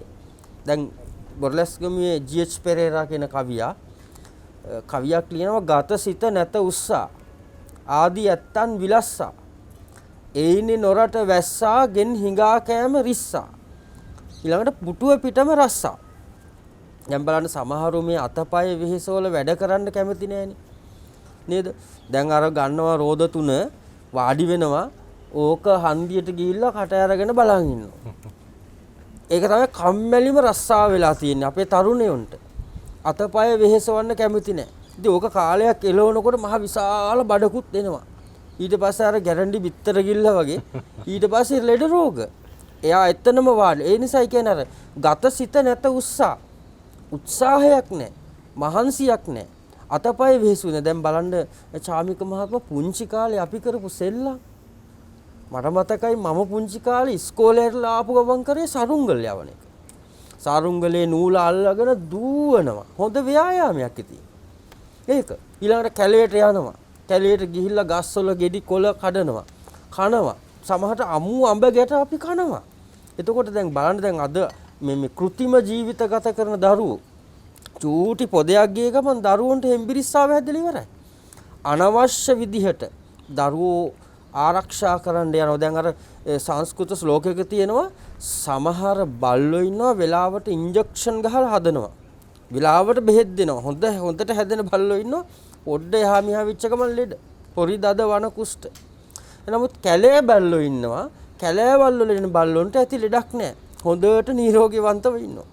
ඒ වගේ පුංචි කාලේ අපිට තිබුණ ක්‍රීඩා ටිකක් ජන ක්‍රීඩා කියලා කියන්නේ. දැන් අපි ඉස්සර මතකයි ගුඩු සෙල්ලම් කරනවා. දැන් ගුඩේ කියාගෙන එක හුස්මට කෑ ගහගෙන එන හොඳ සෞඛ්‍ය සම්පන්න සෙල්ලම් ඒවා. ඊළඟට පුංචිම කාලේ මේ ගස් මාරු වෙනවා කියලා සෙල්ලමක් කරනවා. දුවන එක කරන්නේ. හොඳට දිව්වා. හොඳ සෞඛ්‍යයක්. දැන් අද කාලේ බලන දරුවෙක් පාසල් ගිහිල්ලා එනවා පොත් බෑග් එක තියෙනවා කාමරෙන් යනවා පරිගණක ළඟට කම්පියුටර් ගේම් සෙල්ලම් කරනවා. අරක ඔබ එක ෆෝන් එක ගන්නවා කොට්ටෝරුව වගේ මේකට කොට ඇඟිල්ලෙන් මේ ෆෝන් එකෙන් ගේම් ගහනවා. එතකොට ඒ ළමයාගේ මොලේ වෙහෙසෙන්නේ නැහැ. ශරීරය වෙහෙසෙන්නේ නැහැ. ළමයා දන්නේම නැතුව කම්මැලියෙක්. ඒත් ළමයා ලෙඩෙක් නෙමෙයිද කියලා බලන්න. පොඩ්ඩ එහා මෙහා විච්ච ගමන් දරුවා ලෙඩෙක් වෙනවා. දැන් අපි ඉස්සර කාලේ අම්මලා තාත්තලා අපිට කිව්වේ උදැල්ල අල්ලන හැටි කියලා දුන්නා. කැත්ත අල්ලන හැටි කියලා දුන්නා අම්මා තාත්තා. දැන් අද කාලේ පුංචි දරුවෙක් පිහියක් ගත්තාම අම්මා කෑ ගහනවා ආහා අල්ලන්න එපා. ඌවා වෙයි, කැපෙයි. බය කරනවනේ. ළමයා පිහිය දැක්කහම බය වෙනවා. නේද? ලේස් එක දාගන්න, මේස් එක දාගන්න දුන්නා. කාපු ගමන් පිඟාන හොද ගන්න දුන්නා. මහන්සි වෙන්න දුන්නා. අතපය වෙහෙසවන්න දුන්නා. අද අම්මලා තාත්තලා කරන එකම වැරද්ද තමයි පුංචිම කාලේ දරුවන්ව ලෙඩ්ඩු කරලා ඉවරයි. ඒ තමයි සාමාන්‍යයෙන් දරුවෙක් කෑවට පස්සේ පිඟානක් හොද ගන්න දෙන්නේ. දැන් සමහරට ඒ නිසා අපි කියන්නේ පුංචිම කාලේ දරුවන්ට අතපය වෙහෙසවන්න හොලවන්න පුරුදු කරන්න ඕන. අර ළමයා මහ විශාල දරුවෙක් වුණාට පස්සේ බලන්න මොකද කරන්නේ? තේක බීලා කෝප්පේ ගහනවා පුටු යට. පිඟානේ එහෙමම තියලා අත හොදගෙන යනවා. ඊට පස්සේ අම්මලා තාත්තලා බයිනවා. පෙනේද හැටි. කිසි වැඩක් කරන්නේ නැහැ. ගෙදරට වැඩකුත් නැහැ. පිඟානක් හොදන්නේ නැහැ. කෝප්පයක් හොදන්නේ නැහැ කියලා බැනගෙන යනවා. ඒ නිසා මේ අපි හරිම කම්මැලියන් බවට පත් කරලා තියෙන චාමික මහත්මයා. අපි මේ වගේ කම්මැලි මිනිස්සු නෙමෙයි. අපි හොඳ සෞඛ්‍ය සම්පන්න මිනිස්සු. දැන් අපි ඉස්සර කුඹුරු කොටන ගොවියෝ ගත්තාම උදෙන්ම ලොකු බත් නැලියක් අර නෑඹිලියෙන් එකක් කෑවා. හොඳට කෑවා. දැන් කන්නේ ලෙව කනවා මිනිස්සු. ඒත් ලෙඩ. මිනිස්සු හරි බයයි කෑම කන්න. ඉතින් අපි හොඳට කෑම කාලා අතපය වෙහෙසවල වැඩ කරා. මහන්සි වුණා. දැන් ඔය එක කතාවක් මට මතක් වුණා මේ මහා බ්‍රහ්මයා විශ්වය මවපු මුල්ම කාලේ. සිද්ධියක් මේක මේ ප්‍රබන්ධයක්. ඉතින් ලෝකේ එක එක රටවල් වලින් ගියාලු මහා බ්‍රහ්මයා හම්බ වෙන්න. ඇමරිකාවෙන් එක්කෙනෙක් ගිහිල්ලා ඇහුවලු අපේ රටෙත් ඉඩ තියෙනවා අවසර දෙනවා නම් ගොඩනැගිලි ගිහිල්ලා හදාගන්න කිව්වලු. ජපානින් පොඩි මිටි මිනිස්සෙක් ඇවිල්ලා කිව්වලු අපේ රටෙත් මේ එක එක මොළ තියන අය ඉන්නවා කැමති නම් උපකරණ ටිකක් හදන්නද කියලා ගිහිල්ලා හදාගන්න කිව්වලු. මැද පෙරදිගිනුත් මිනිස්සෙක් ආවලු. එයාත් තොප්පියක් දාගෙන කිව්වලු අපේ රටේ නම් ගස් කොළන් මුකුත් නැහැ. අවසර දෙනවා නම් පොඩ්ඩක් පොළව හාරලා බලන්න මොනවද තියෙන්නේ කියලා බලන්න. ගිහිල්ලා හාරලා බලන්න මේ මිනිස්සයා තෙල් ටික හොයාගත්තා. ටික වෙලාවක් යනකොට සරමුකුත් ඇඳගෙන ඔළුව කහ මිනිස්සෙක් යනවා මහා බ්‍රහ්මයාලා. තමුන් කොහෙන්ද කියලා ඇහුවා. මම මේ ලංකාවෙන් ආවේ කිව්වා. මොකටද මෙහි ආවේ කිව්වා. නෑ මේ නිකන් ආවා. මේ ආරංචියට බලලා යන්න. දැන් අපිට ඔහොම වෙලා නැද්ද? සමහරු යනවා හන්දියට. මොකටද යන්නේ මේ නිකන් යනවා. සමහරු ගෙවල් වල ඉද්දී ඔය ආච්චි අම්මලා එහෙම ඉද්දී ගෙවල් වල බලන්න තව කෙනෙක් තව ගෙදරකට යනවා හවස. මොකටද මේ ආවේ? නෑ නංගී මේ නිකන් ආවා. නේද? ඒ නිසායි මං කියන්නේ මහන්සි වෙච්ච තරමට, වෙහෙසිච්ච තරමට එක පැත්තකින් අපි ආර්ථික වශයෙන් දියුණු වෙනවා. තවත් පැත්තකින් සෞඛ්‍ය පැත්තෙන් දියුණු වෙනවා. තවත් පැත්තකින් අපි ආධ්‍යාත්මික පැත්තෙන් දියුණු වෙනවා. ඒ නිසා මහන්සි වෙන්න ඕනේ, වෙහෙසෙන්න ඕනේ, උත්සාහයෙන් යුක්තව. මගේ අදහස ලෙඩ රෝග සියල්ල යටපත් කරගන්න පුළුවන් කියලා. හොඳයි. අපි හාමුදුරුවෝ කියන විදිහට මේ මහන්සිය අපි කියනවා අර මේ වවන්නෝ දිනන්නෝ කියලා කියනවා. ඒ වගේම ආහාර ලබා දෙන ගොවියා වෙයි දැයිසුර කියන දෙවියා කියලා අපි අතීතයේ කිව්වේ. මඩ සෝදාගත්කම ගොවියා රජකමට සුදුසුයි කිව්වා. ශ්‍රීලාල් මෙතුමනි අද දවසේ අපේ මේ ගොවියෝ වුණත් හැම බොහෝ දෙනා තියන්නේ මේ අරගල කරනවා. දියව් ගගා හැමදේම ඉල්ලීම. දැන් වර්ණ කුමාර මෙතුමාගේ ජීවිතෙන් බොහෝ අපි දෙන්නේ මේ තමන්ගේ සෝශක්තිය නැගී සිටීමක් තියෙන. එතුමා බොහොම පහළම තැන ඉඳලා ඉහළම තැනට නැගී සිටීමක් තිබෙන්නේ. දැන් හැමදේම ඉල්ලන දේ මේ වෙහෙස වෙන්නේ නැතුව දියුණුවක් වීම කොයිතරම් දුරට යුක්තද කියන කාරණාව එහෙම නැත්නම් අර වවන්නේ නැතුව දිනන්නේ කොහොමද? ඔබතුමා කොහොමද මේ අරගල සංස්කෘතියත් එක්ක බුදුදහමත් එක්ක ගලපලා නිරෝගීකමට පිළිතුරක් ලබා දෙන්නේ? ගෞරවනීය හාමුදුරුවන් වහන්සේ මතක් කරානේ. ගාතාවක් මතක් වුණා මේ සේදා වක්කිත්තා. එමනේ අපේ හාමුදුරුවෝ. බාහුබල පර්ජිතා. ධම්මිකා ධම්මලද්දේන. දැන් බුදුහාමුදුරුවෝ මේ හැමතිස්සෙම මේ භාවනා කරමින් ඉන්න උපදෙස් දුන්නා කියන එක තේරුම් ගන්නම ව්‍යාපාර කොහොමද කරගෙන යන්නේ කියන එකත් කොහොමද මහන්සි වෙන්න ඕනේ කියන එකත් කියලා තියෙනවා. නිතර මේ දාඩිය වගුරවන්න ඕනේ. අපි දැන් දාඩිය වගුරවන්නේ නැතුව දැන් මිනිස්සු හොඳට කාලා බිහිලා අපිට පේනවා ග්‍රවුන්ඩ් එකේ දාඩිය වගුරවනවා. ඒ තමන්ගේම පෞද්ගලික සැපේ හොයාගෙන. ඉස්සර මිනිස්සු දාඩිය වගුරුවේ නැත්තම් ගෙදර මැෂින් හයි කරගෙන දුවනවා. ඒ කියන්නේ ඒතර ඒක මහා පුදුම වැඩක්. ඒතර දාඩියේ වගුරුවල වැඩ කරන්න ඕනේ. බාහුව අතපය හොඳට වැඩ කරන්න ඕනේ. ඒක හොඳට අතපය දිගටම වැඩ කරපු අය කොහොමත් නිරෝගීනේ. දැන් සාමාන්‍ය අපි මම ඊයේ පෙරේදා මාතර පැත්තේ ගියා මල දාන ගෙදරකට ඒ ඔක්කොම අම්මලා 80යි 90යි මේ හොද්දට නැමිලා කරලා වැඩ කරලා බත්තු වෙන එක අම්ම කෙනෙක් කිලෝග්‍රෑම් 20ක විතර බත් එකක් කිව්වා ගෑස් නැති නිසා දර ලිපක 80යි ඉතින් හොඳ හයිය තියෙනවා චාමික දර කිව්වා වගේ මිනිස්සු අර ඒ වලින් ඈත් වෙලා නොමිලේ සියලු දේවල් ලබන්න ගියානේ ඒ නිසා මිනිස්සුන්ට ලොකු ප්‍රශ්නයක් වුණා දැන් මිනිස්සුන්ට ඊළඟට දේවල් කරගන්නට වැඩිය තමයි ලෙඩ වෙලා තියෙනවා. ඒත් ලෙඩ වුණාට පස්සේ මිනිස්සු කොහොමද ලෙඩ වෙනවා කියලා කියන්නේ දෝමනස්යන්ටපත් වුණාට පස්සේ ජීවිතේ වැඩක් නැහැ. ඒක නිරෝගීකම නැත්තම්. ඒතකොට අර ඇහුව ප්‍රශ්නේ අරගල කරන්නේ නිතරම කම්මැලියා. මම කියන්නේ වැඩක් කරන්නේ නැති මිනිස්සු තමයි ගොඩාක් අරගල කරන්නේ. දැන් ඕකේ හොඳටම තියෙනවානේ අර පරාභව සූත්‍රයේ තියෙන නිද්දාසීලී, සබහාසීලී, අනුට්ඨාතාජ යෝනරු, අලසු, කෝදපඤ්ඤෝනු තම් පරාභවතෝ මොකක් පිරියන කාරණයටද කියනවනේ නිතර නිදන සුළු වේද. එතකොට සබහාසීලී හැම දෙයකටම කතා කරනවා එහෙම ප්‍රශ්න ගොඩක් නේ. එතකොට උට්ටාන වීරියක් නැහැ. එයාට තියෙන ඊළඟ එක නිතර කේන්ති යනවා. ඔය හුඟක් වැඩ කරන්නේ නැතිය තමයි කෑ ගහන්නේ. වැඩ කරන අයට කෑ ගහන්න නෝ ටයිම් නේ ජාමික. මොකද එයා වැඩක් කරනවා. දැන් මෙතුමාලා මට මන්ත කැඩියට මෙතුමාලා මාර් මහන්සියක් වෙලා තමයි මේ ව්‍යාපාර කොට නැගුවේ. හැබැයි එතුමාලා ගාවට එන වැඩ කරන අය කම්මැලි. ඉතින් මේ අනිත් අය ගොංගක් දෙනෙක් කරන්නේ නැහැ. ඉතින් අපි හැම කෙනෙක්ම අන්න ඒ විදිහට අපි හැම කෙනෙක්ම උත්සාහයවන්තව යමක් කෙරුවොත් විතරයි ඒකේ වටිනාකමක් තියෙන්නේ. දැන් ඉස්සර අම්මලා තාත්තලාට දරුවෝ 7-8 දෙනෙක් පවුල්වල හිටියානේ ජාමික. දැන් ඉන්නේ අමාරුවෙන් හරි දෙන්නෙක් හදාගන්නේ. අමාරුවෙන් හරි දෙන්නෙක් හදාගන්නේ. ඒ කාලේ මිනිස්සු ඒ තරම් කැපවීමක් කරා. ඒ කියන්නේ මහන්සි වුණා. අපේ ජාති ලෝකෙටම වෙලා තියෙන්නේ ගොඩාක් අයට මේ නව රැකියාව බිහි වුණාට පස්සේ අර මහන්සියෙන් කරන දේවල් නැතුව ගියා. අනාගතේ දවසක් එනවා මහන්සියලා වැඩ ගන්න පුළුවන් මිනිස්සු විතරක් වැඩිකල් ජීවත් වෙයි. මහන්සිය නොකරපු මිනිස්සුන්ට වැඩ නොකරපු මිනිස්සුන්ට ඉක්මනට මරණය ළඟා කරගන්න වෙයි. ඒ නිසා නැවත ලෝකයක් මේ ගොඩනගාගෙන එන දැන් මේ පණිවිඩ දෙනවා ලෝකේ. දැන්වත් ඔය මල් වගා කරපු අය ගෙවල් මනි ඉස්සර දැන් මිරිස් පැලයක් නෙමෙයි ගෙද ඕන ගෙදර තියෙන මනි ප්ලාන්ට්. ඔක්කොම හිතන්නේ මාර් ලස්සන මේ ඇහැට සැප දෙන ඒවා නිතරනේ ආමඳුරු. සමනලියෙකුටවත් වැඩක් නැහැ. දැන් බඩට සැප දෙන ඒවා ගෙදර වගා කරලා තිබ්බනම් අද අවු මිරිස් කිලෝ එක 5000ට ගියත් පත් නැහැ හැම ගෙදරකම අවු මිරිස් පැලයක් හිටව ගත්තා නම් ජාමික. මාළු මිරිස් පැලයක් ගෙදර හදාගත්තා නම් වේලා කන්න පුළුවන් නේ. දැන් නැවත මිනිස්සු එතනට යනවා. දැන් නැවත යනවා මිනිස්සු. ගංගාවල් දැන් නැවත බලන්න ඉස්සර හාරපු වැව් ටික තාම ඒවි ගොඩ වෙලා යනවා මිසක් හාරලා නැහැ කවුරු. ඉතින් ඒ කාලේ මිනිස්සු ඒ කියන්නේ මොකටද මුත්තේ මොකද කරන්නේ මොකටද උඹ ඔය බිම හාරන්නේ ලස්සන සින්දුවක් ඉස්සර මතක් වුණානේ උඹටත් ළමයෝ නොතේරි මොකක්ද මට ඒ සින්දුව දැන් මතක නැහැ අඹ යටයක් හිටු ඇයි එදා ඒ 100 අඹ යට ඒතර ඒ 100 අඹ යට හිටියුවට 100ට අඹ කනවා තියා හිතන්නවත් බෑ නමුත් 100 කියනවා මම මේ අනාගතේ වෙන යමක් කරන්න ඕනේ කියලා දැන්ට අපිට මේ ඔබ හාමුදුරුවෝ කිව්වා වගේ අපිට ඕනේ සමාජයක් අනාගතේ වෙනුවෙන් කැපකිරීමක් කරන්න අන්න එහෙම කැපකිරීම කරන සමාජයක මම හිතන්නේ වීරිය තමයි වැදගත් වෙන්නේ. බුදුදහම වඩාත් කතා කරනවා වීරියේන විරිය සම්බොජ්ජංගු වීරිය බෝධි අංගය. ඒක භාවනාව කරලා විදර්ශනා වඩලා නිර්වාණය කරා තමන්ගේ ජීවිතය මෙහෙවන්නත් පුළුවන්. හැබැයි විරිය වඩලා තමන්ගේ ලෞකික ජීවිතය දැන් දියුණු කරගන්නත් පුළුවන්. දැන් මෙතුමාලා විරියෙන් උඩ නැග්ගාය. බොහොම අමාරුවෙන් ඉගෙනගෙන මෙතුමා කියයි. ඉතින් මට වැඩි හොඳට එතුමාගේ විරිය කොහොමද පාවිච්චි කරේ කියලා. එතකොට අනිත් පැත්තෙනුත් අර ධර්මය ගැන පොඩ්ඩක් කතා එක කියන්න ඕනේ. දැන් දියුණු වෙන කෙනා පේනවා චාමික. සුවිජානෝ භවං හෝති. පිරිහෙන කෙනත් පේනවා. අපිට දියුණු කෙනා විතරක් නෙමෙයි පේන්නේ. පරිහානියටපත් වෙන කෙනා පේනවා. සුවිජානෝ පරාභව. දැන් කවුද දියුණු වෙන්නේ? ධම්ම කාමෝ භවං හෝති.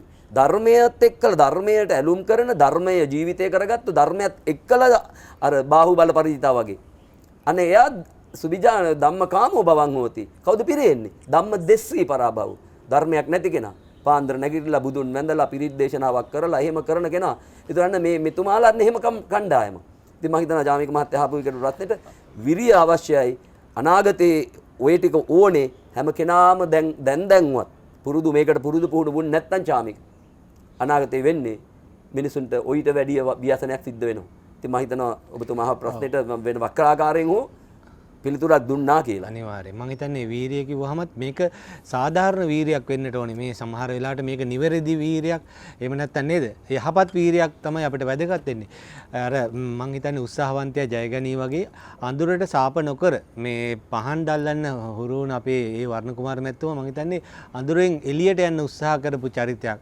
ආලෝකයෙන් ආලෝකයට යන්න උත්සාහ කරන චරිතයක්. ඒ නිසා මම හිතන්නේ ඔබතුමාට පුළුවන් සෞඛ්‍ය හා ගලපමින් මේ අඳුරෙන් එළියට යන්නට එහෙම නැත්නම් ආලෝකයෙන් ආලෝකයට අපේ සමාජයේ රැගෙන යන්නට පණිවිඩයක් ලබා දෙන්නට මේ වෙලාවේ. ඔව් ඒක බුදුහාමුදුරුවෝ කියලා තියෙනවා අපේ හාමුදුරුවෝ අවසරයි. ජෝති ජෝති පරායනෝ ආලෝකයෙන් ආලෝකයට යන්න කියලා. ජෝති තම පරායනෝ ආලෝකයෙන් අඳුරට යන පුජ්‍යලෝ ඉන්නවා. ඒ වගේම තමෝ තම පරායනෝ අඳුරෙන් අඳුරට බෑනත් ඉන්නවා. තමෝ ජෝති පරායනෝ කියලා ඒ කියන්නේ අඳුරේ සිට ආලෝකයට එනත් ඉන්නවා. එතකොට මට මතක් වෙනවා මම පුංචි කාලේ අපේ ගෙදර පොඩි ගෙයක් තිබුණේ.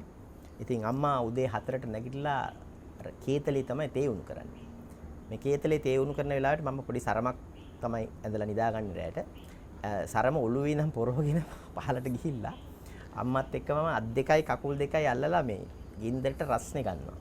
එතකොට මට මතක් වෙනවා අම්මා කියනවා මේ කම්මැලි යෙක් වෙන්න එපා කියලා. ඒ කියන්නේ කම්මැලි ළමයිනේ පොල් කටුවගෙන අතිනේ පළයව් සිඟමනේ වෙන කෙසිත් නැත තොපට කරනේ. බලන්න ඒක විධානයෙන් කිව්වේ. පළයව් සිඟමනේ. ඒ කියන්නේ ඔයා කම්මැලියෙක් වුණොත් අතපාන්ට සිද්ධ වෙනවා. ඒක නිසා මම රත්තරන් පුතේ හැම වෙලාවෙම දිරියෙන් වැඩ කරන්න. උත්සාහයෙන් වැඩ කරන්න. වීර්යවන්තයෙක් වෙන්න. මොනවා හරි දෙයක් පටන් ගත්තොත් ඒකේ අවසානයේ දකින්න. අපි අද මේ ක්ලාස් එකේ අර මොටිවේෂන් වලට කිව්වා කන්ටිනියස් ෆෝස් තියෙන්න ඕන කියලා. ඒ කියන්නේ එක දිගට මොනවා හරි කරගෙන යන්න ගොඩක් අයට අමාරුයි චාමික මහත්මයා. එතකොට ඒ එක දිගට කරගෙන යෑමේ ගුණය තියෙනවා නම් ඕනෑම දෙයක් ජය ගන්න පුළුවන්. කළ නොහැක්කක් නොමැත කියලා අපේ හමුදාවේ ශවේන්ද්‍ර සිල්වා මැතිතුමා හැම වෙලාවෙම කියනවා. ඒක හමුදාවේ ස්ලෝගන් එක. ඒක මටත් අම්මා ඇති කළා. එතකොට අර බුදුහාමුදුරුවෝ ගාථාවකින් කියනවා උට්ටානවතෝ සතිමතෝ සුචිකම්මස්ස නිසම්මකාරිනෝ සංඤ තස්සච ධම්ම ජීවිනෝ අප්පමත්තස්ස යසෝ බිවඩ්ඩති. යම්කිසි පුද්ගලයෙක් උත්සාහය උට්ටානවතෝ වීර්ය තියෙනවා නම් උට්ටාන වීර්ය තියෙනවා නම් හොඳ සිහියෙන් යුක්තව කටයුතු කරනවා නම් තමන් මොකද්ද කරන්න කියලා දැනගෙන ඒ සිහියෙන් කටයුතු කරනවා නම් ඒ වගේම සුචිකම්ම කෙනෙක් යහපත් වූ පිරිසිදු ක්‍රියාවල යෙදෙනවා නම් ඒ කියන්නේ උදාහරණයක් අපි ගමුකෝ ගොඩාක් දරුවෝ ඉන්නවනේ දැන් දෙමව්පියන්ගේ දරුවෝ දෙමව්පියන්ට සලකන්නේ චාමික මහත්මයා ඉඩම් කඩම් බලාපොරොත්තු. එහෙම නැත්නම් බැංකුවේ තියෙන ගිණුමේ තියෙන බැලන්ස් එක අරගන්න වාහනයක් එහෙම ගන්න. එහෙම නැත්නම් ගේ දොර මේ මහ ගෙදර ලියා ගන්න. අන්න එහෙම කරනවා නම් එතන සුචිකම්මේට අහුති වෙන්නේ නැහැ අපේ අනිවාර්යෙන්. නිසම්මකාරිනෝ. නිසම්මකාරිනෝ කියන්නේ හැම වෙලාවෙම නුවණින් සොයා බලා කටයුතු කරන කෙනෙක් වෙන්න ඕනේ. ඒ කියන්නේ අපි මොනවා හරි දෙයක් කරනකොට මේක මට වගේම අන් අයට යහපතක් වෙනවද? එහෙම නැත්නම් අයහපතක් වෙනවද? මට අයහපතක් වෙන්න පුළුවන් අනිත් අයට අයහපතක් වෙන්න පුළුවන්. මම නිෂ්පාදනයක් හෝ මොනවා හරි භාණ්ඩයක් හෝ සේවාවක් වෙනදාම් කරනවා නම් ඒකෙදි මේක මුළු සමාජයටත් මටත් දෙපැත්තටම යහපතක් වෙනවා. ඒ දෙකම යහපත් වෙලා සමහර වෙලාවට අපේ මහත්තයා මේක කියන්නේ රජයේ නීති රීති වලට එහෙම නැත්නම් Taman ජීවත් වෙන පරිසරයේ තියෙන අපි නගර සභාව හෝ ප්‍රාදේශීය සභාව හෝ ඒකට පටහැනි වෙන්න පුළුවන්. ඒත් කරන්න හොඳ නැහැ. අන්න එහෙම සිහිනුවණින් හොයලා බලලා කටයුතු කරන්න ඕනේ. ඒ වගේම කිව්වා ඥානතෝ සතිමතෝ සුචිකම්මස්ස නිසම්ම කරන සංයතස්සච. ඒ කියන්නේ සීලයක් කය වචනය දෙක සංවර වෙන්නට ඕනි. අන්න ඒ පුද්ගලයා ව්‍යාපාරයේද. දැන් අපි හිතමු මෙහෙම. දැන් අපේ කය සංවර නැති වුනහම ව්‍යාපාරිකයන්ට සල්ලි ටිකක් එනකොට අපේ මහත්තයා ගෙදරට විස්කි බෝතල් එනවා. තව අවශ්‍යතා ඕන වෙනවා. හොඳ මිත්‍රයෝ 100,000 ගණන් එකතු වෙනවා. එතකොට ක්ලබ්ස් වලට යන්න ගන්නවා. ගිහිල්ලා විවිධ අවශ්‍යතාවයන් හරහා ගත සංවර නැත්තම් ඒක පිනවන්නට ගිහිල්ලා ගොඩාක් ව්‍යාපාරිකයෝ මේ වෙනකොට ව්‍යාපාරික ජීවිතේ බොහොම හොඳින් පටන් ගත්ත ව්‍යාපාර තාත්තා අම්මා දීපු ව්‍යාපාර විනාශ වෙලා තියෙනවා. බලන්න චාමික මහත්මයාට කතාවක් තියෙනවා. පළවෙනි ව්‍යාපාරයක් පටන් ගත්ත කෙනා බොහොම මහන්සියෙන් වැඩ කරනවා. වැඩ කළ ව්‍යාපාරය උඩට ගෙනියනවා. දෙවනි පරම්පරාවේ කට්ටිය අපේ මහත්මයා ඒක භුක්ති විඳිනවා. තුන්වෙනි පරම්පරාවේ කට්ටිය මේක විනාශ කරලා දානවා.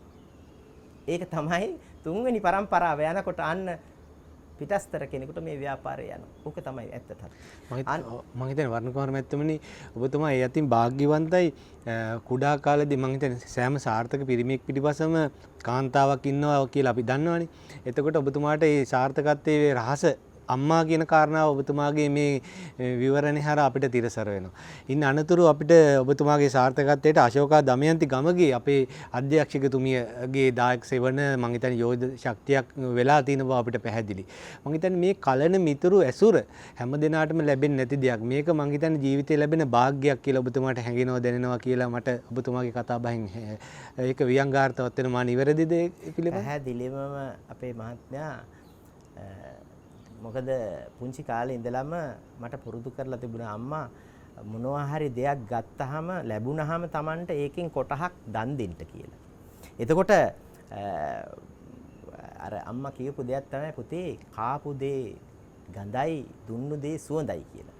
එතකොට මේක මම එදා ඉඳන් අම්මා පුරුදු කරගෙන ආවා. නමුත් ජීවිතේ අම්මා නැති වෙනකොට මට එතුමිය ඇත්තටම අශෝකා හැම වෙලාවෙම පිටිපස්සෙන් ඉඳගෙන මම ලක්ෂයක් දෙනවා කියලා තැනකට මම ඇයට ගිහින් කිව්වහම කියනවා මෙන්න මගෙනුත් ලක්ෂයක්. එයා එහෙම ඒ කියන්නේ ඕකේ තියෙනවා සම ශ්‍රද්ධා වැරදි නම් නිවැරදි කරන්න අපේ හාමුදුරනේ සම ශ්‍රද්ධා සම සීලා සම ත්‍යාගා සම ප්‍රඥා. එතකොට අර සමගා කියන තැන හැම වෙලාවෙම හිටියා. ඒ වගේම මටත් වඩා සීලවන්තයි. මම චුට්ටක් හරි ට්‍රැක් එකකින් පනින්න ගියොත් එහෙම ආයි උස්සලා ට්‍රැක් එකකින් තියෙනවා. ඉතින් එහෙම අවස්ථාවල් මොකද අපි ව්‍යාපාර කරන්න ගියපුවාම මිත්‍රත්වයක් ආශ්‍රය කරනවා සමහර වෙලාවට අපෙත් අර ලෝභයේ ද්වේෂයේ වගේම මෝහයක් තියෙනවානේ. ඉතින් මෝහයට අහු වෙන වෙලාවල් තියෙනවා. ඒ ඕගෙන් තරණය කරන්න කල්යාණ මිත්‍රයෙක් ඕන. මට මතක් වෙනවා අර බුදුන් වහන්සේ බෝධිසත්වයෝ ඉන්න වෙලා ඉන්න කාලේ ජෝතිපාල කියලා ඒක ආත්මයකදී ජෝතිපාල මානවකයාගේ යාළුවා කොණ්ණෙන් ඇදගෙන ගියේ අන්න බුදුරජාණන් වහන්සේගෙන් බණ අහන්නට කියලා.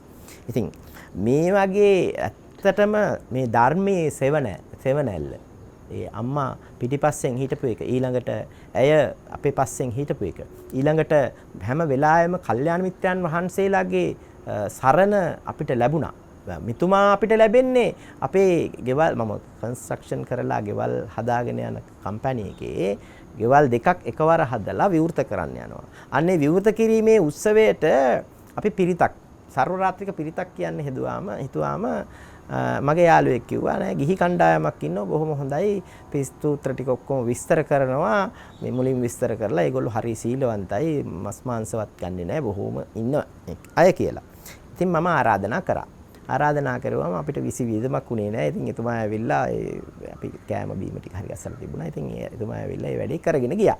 යනකොට ටික වෙලාවක් යද්දි මට ආස හිතුණා මමත් වාඩි වෙන්න ඕන කියලා මම එතුමා පිරිත් පොතකුත් දුන්නා. අපි දෙන්නම අන්තිමට වාඩි වෙලා පිරිත් කිව්වා. අර සංග්‍රහ කටයුතු ඔක්කොම ආපු කට්ටියට ඉතින් අනිත් ළමයි කරගෙන ගියා. එදායින් පස්සේ චාමික මහත්මයා සන්තෝසයි කියන්ට එදායින් පස්සේ හැමදාම අපිත් පිරිතක් තිබුණා නම් ඒ හැම පිරිතකටම ගියා.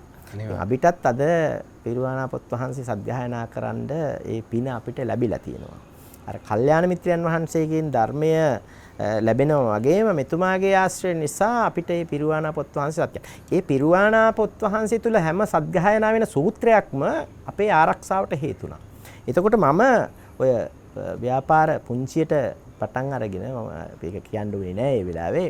බොහොම පොඩියට පටන් අරගෙන මම කොළඹට ආවේ අපේ මහත්මයා රුපියල් 96ක් සාක්විතයක්. මම සුදු අයියා කියලා කිව්වේ අයියා තමයි මට පළවෙනිම ව්‍යාපාරේ ටයර් ව්‍යාපාරයක් තිබුණේ. එතුමා කම්පියුටර් ආයතනය දාගෙන හිටියේ. එතකොට ලංකාවේ ඉස්සෙල්ලාම කම්පියුටර් ස්කූල් එක. එතුමා මට කියනවා මේ මගේ මේ ව්‍යාපාරික ස්ථානයක් තියෙනවා මේක අහලා විකුණන්න දාලා තියෙන්නේ මොකද කරන්නේ මල්ලි අපේ මේක බලන්න මේ පත්තරේට දාපු ඇඩ් එක කොහොමද කියලා.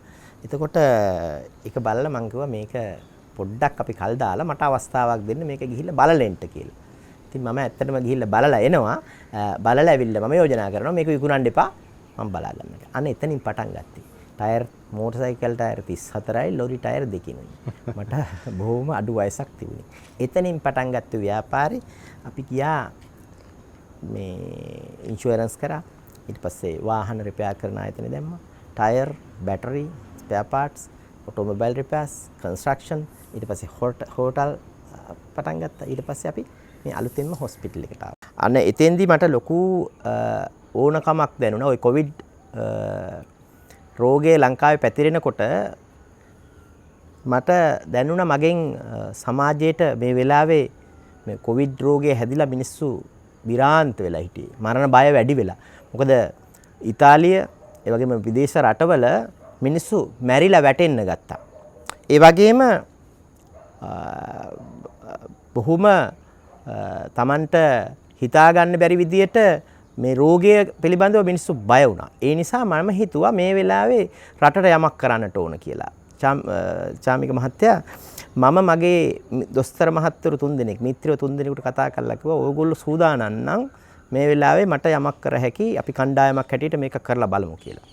එතකොට මම ගිහිල්ලා හෝටල් වහලා තිබුණේ හෝටල් 21ක් එක්ක කතා කළා. ඒ 20 ඇත්තටම 25ක් 30ක් විතර කතා කළා. නමුත් 21 දෙනෙක් කැමති වුණා මේ හෝටල් ටික මට දෙන්න.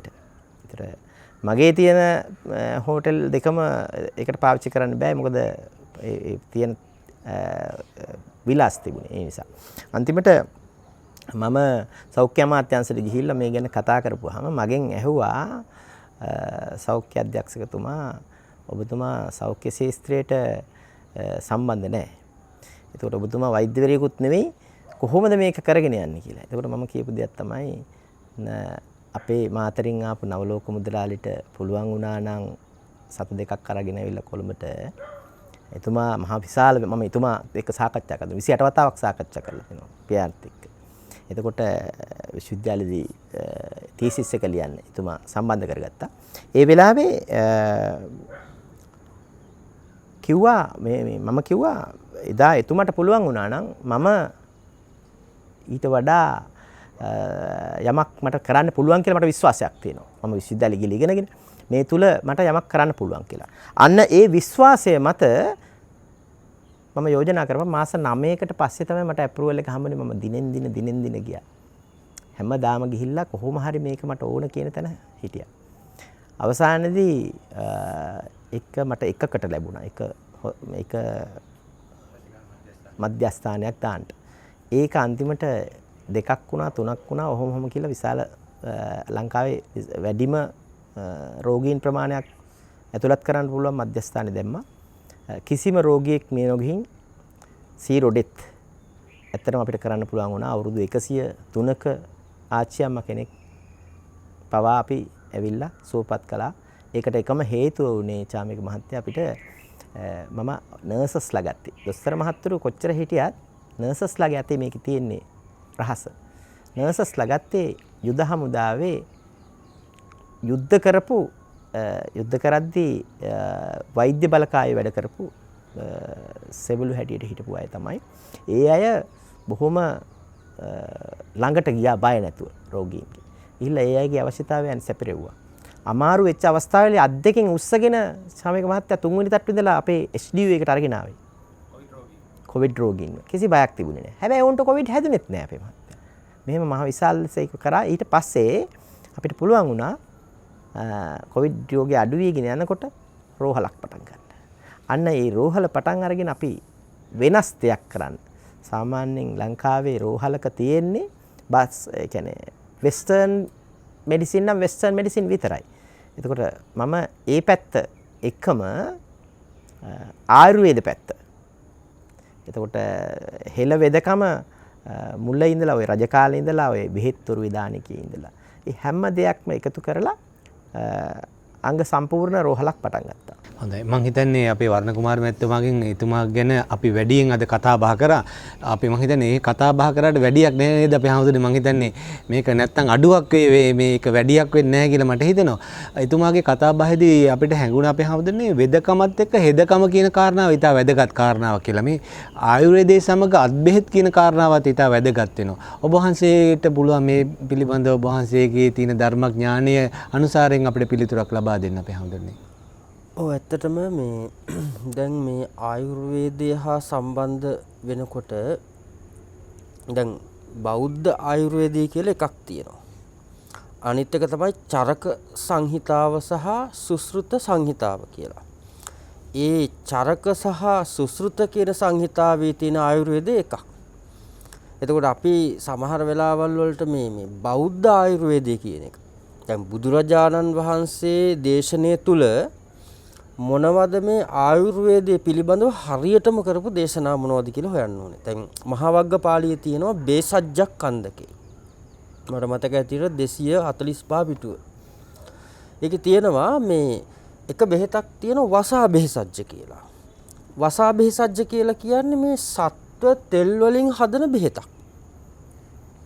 ඒක බුදුරජාණන් වහන්සේ පැහැදිලිවම භික්ෂුන් වහන්සේලාට නොයෙකුත් විදිහේ ලෙඩ රෝග ඇති වුණාට පස්සේ අනුදැන වදාරපු බෙහෙතක්. දැන් සමහරලාට මේ ඌරන්ගෙන් ගන්න තෙල් වර්ග වලින් ගන්න බෙහෙත් වර්ග බුදුරජාණන් වහන්සේ දේශනා අනුදැන වදාරලා තියෙනවා භික්ෂුන් වහන්සේලාට. ඒකයි මම මේ පිටුවත් එක්ක කිව්වේ සමහර වෙලාවට විවාදයට තුඩු දෙන්න පුළුවන් කාරණාවක් වෙන්න පුළුවන් මේ සතෙකුගේ තෙල් අරගෙන බුදුරජාණන් වහන්සේ මේ මිනිස්සෙකුට වෙදකම් කරන්න කිව්වද කියලා. නමුත් බුදුරජාණන් වහන්සේගේ දහමේ දැන් අපි සමහර වෙලාවට මේ දැන් මරලා ගන්න කියන එක නෙමෙයි මේ කියන්නේ. දැන් සතෙකුගෙන් උනත් බෙහෙතක් අපිට හදාගන්න පුළුවන්. දැන් ගෝරෝචන කියලා කොටසක් තියෙනවා. පූති මුත්ත බේසජ්ජ කියලා කොටසක් තියෙනවා. දැන් අදටත් ඉන්දියාවේ ගව මුත්‍රා බෙහෙත් වලට පාවිච්චි කරනවා. ගව මුත්‍රා ගන්න බෙහෙත් වලට. ඒක හොඳ ඖෂධයක් ඒක. ඊළඟට මූල බේසජ්ජ කියලා කොටසක් තියෙනවා. දැන් ওই සංස්කෘත ශ්ලෝකයක් තියෙනවා නාස්ති මූල මනෞෂධං කියලා. ඒ කියන්නේ මේ ඖෂධයකට නොගන්න මුලක් ලෝකෙ කොහෙවත් නැහැ. හැම ගහකම මුලක් ඖෂධයක් සඳහා පාවිච්චි කරනවා. ඒකට කියන්නේ මූල බේසජ්ජ කියලා. ඒ කියන්නේ ගස්වල තියෙන මුල් වලින්. ඊළඟට කසාය බේසජ්ජ කියලා කොටසක් තියෙනවා. දැන් උදාහරණයක් විදිහට කොහොඹ කසායක්. දැන් සමහරලාට හිතන්න පුළුවන් චාමික මහත්ම මේ නිවන ගැන දේශනා කරපු බුදුහාමුදුරුවෝ මේ කොහොඹ කසායක් පිළිබඳව බේසජ්ජක් කන්දකේ කොහොඹ වලින් හදාගන්න කසායක් පිළිබඳව ගොඩාක් දුරට වන ඔය හොරි දද වන කුෂ්ඨ වලට පත්‍ය වෙනවා කියලා දේශනා කරලා තියෙනවා. අපේ හැමදෙන්නේ දැන් අර පිටිකිරි බීමේ ආනිසංස නොකීවාට කැඳ බීමේ ආනිසංස ගැන වෙනම දේශනා කරලා තියෙනවා. දේශනා කරලා තියෙනවා වෙනම කැඳ භික්ෂුන් වහන්සේලාට වෙනම කැඳ වර්ග බුදුරජාණන් වහන්සේ අනුදැන වදාරලා තියෙනවා. දැන් ඔය මේ ඔය කොහොඹ කියන කසාය, ඒ කියන්නේ කොහොඹ කොළ තම්බලා අදටත් බොහෝ දුරට එලකිරි, ඒ කියන්නේ උතුරවන ලද එලකිරි සමග මිශ්‍ර කරලා පානය කරන්න දෙන්න කියලා තියෙනවා. ඒක ගොඩාක් දුරට ප්‍රයෝජනවත් වෙනවා. අපේ ආයුර්වේද වෛද්‍යතුමත් දන්නව ඇති පිළිබඳව මේ රුධිරයේ ශරීරයේ තියෙන මේ ලේ කැට ගැසීම, ඒ කියන්නේ රුධිරයේ තියෙන ඔය කොලෙස්ටරෝල් ගතිය යටපත් කිරීම සඳහා ගොඩක් ප්‍රයෝජනවත් වෙන බෙහෙතක් තමයි මේ ඔය කොහොඹ කියලා කියන්නේ.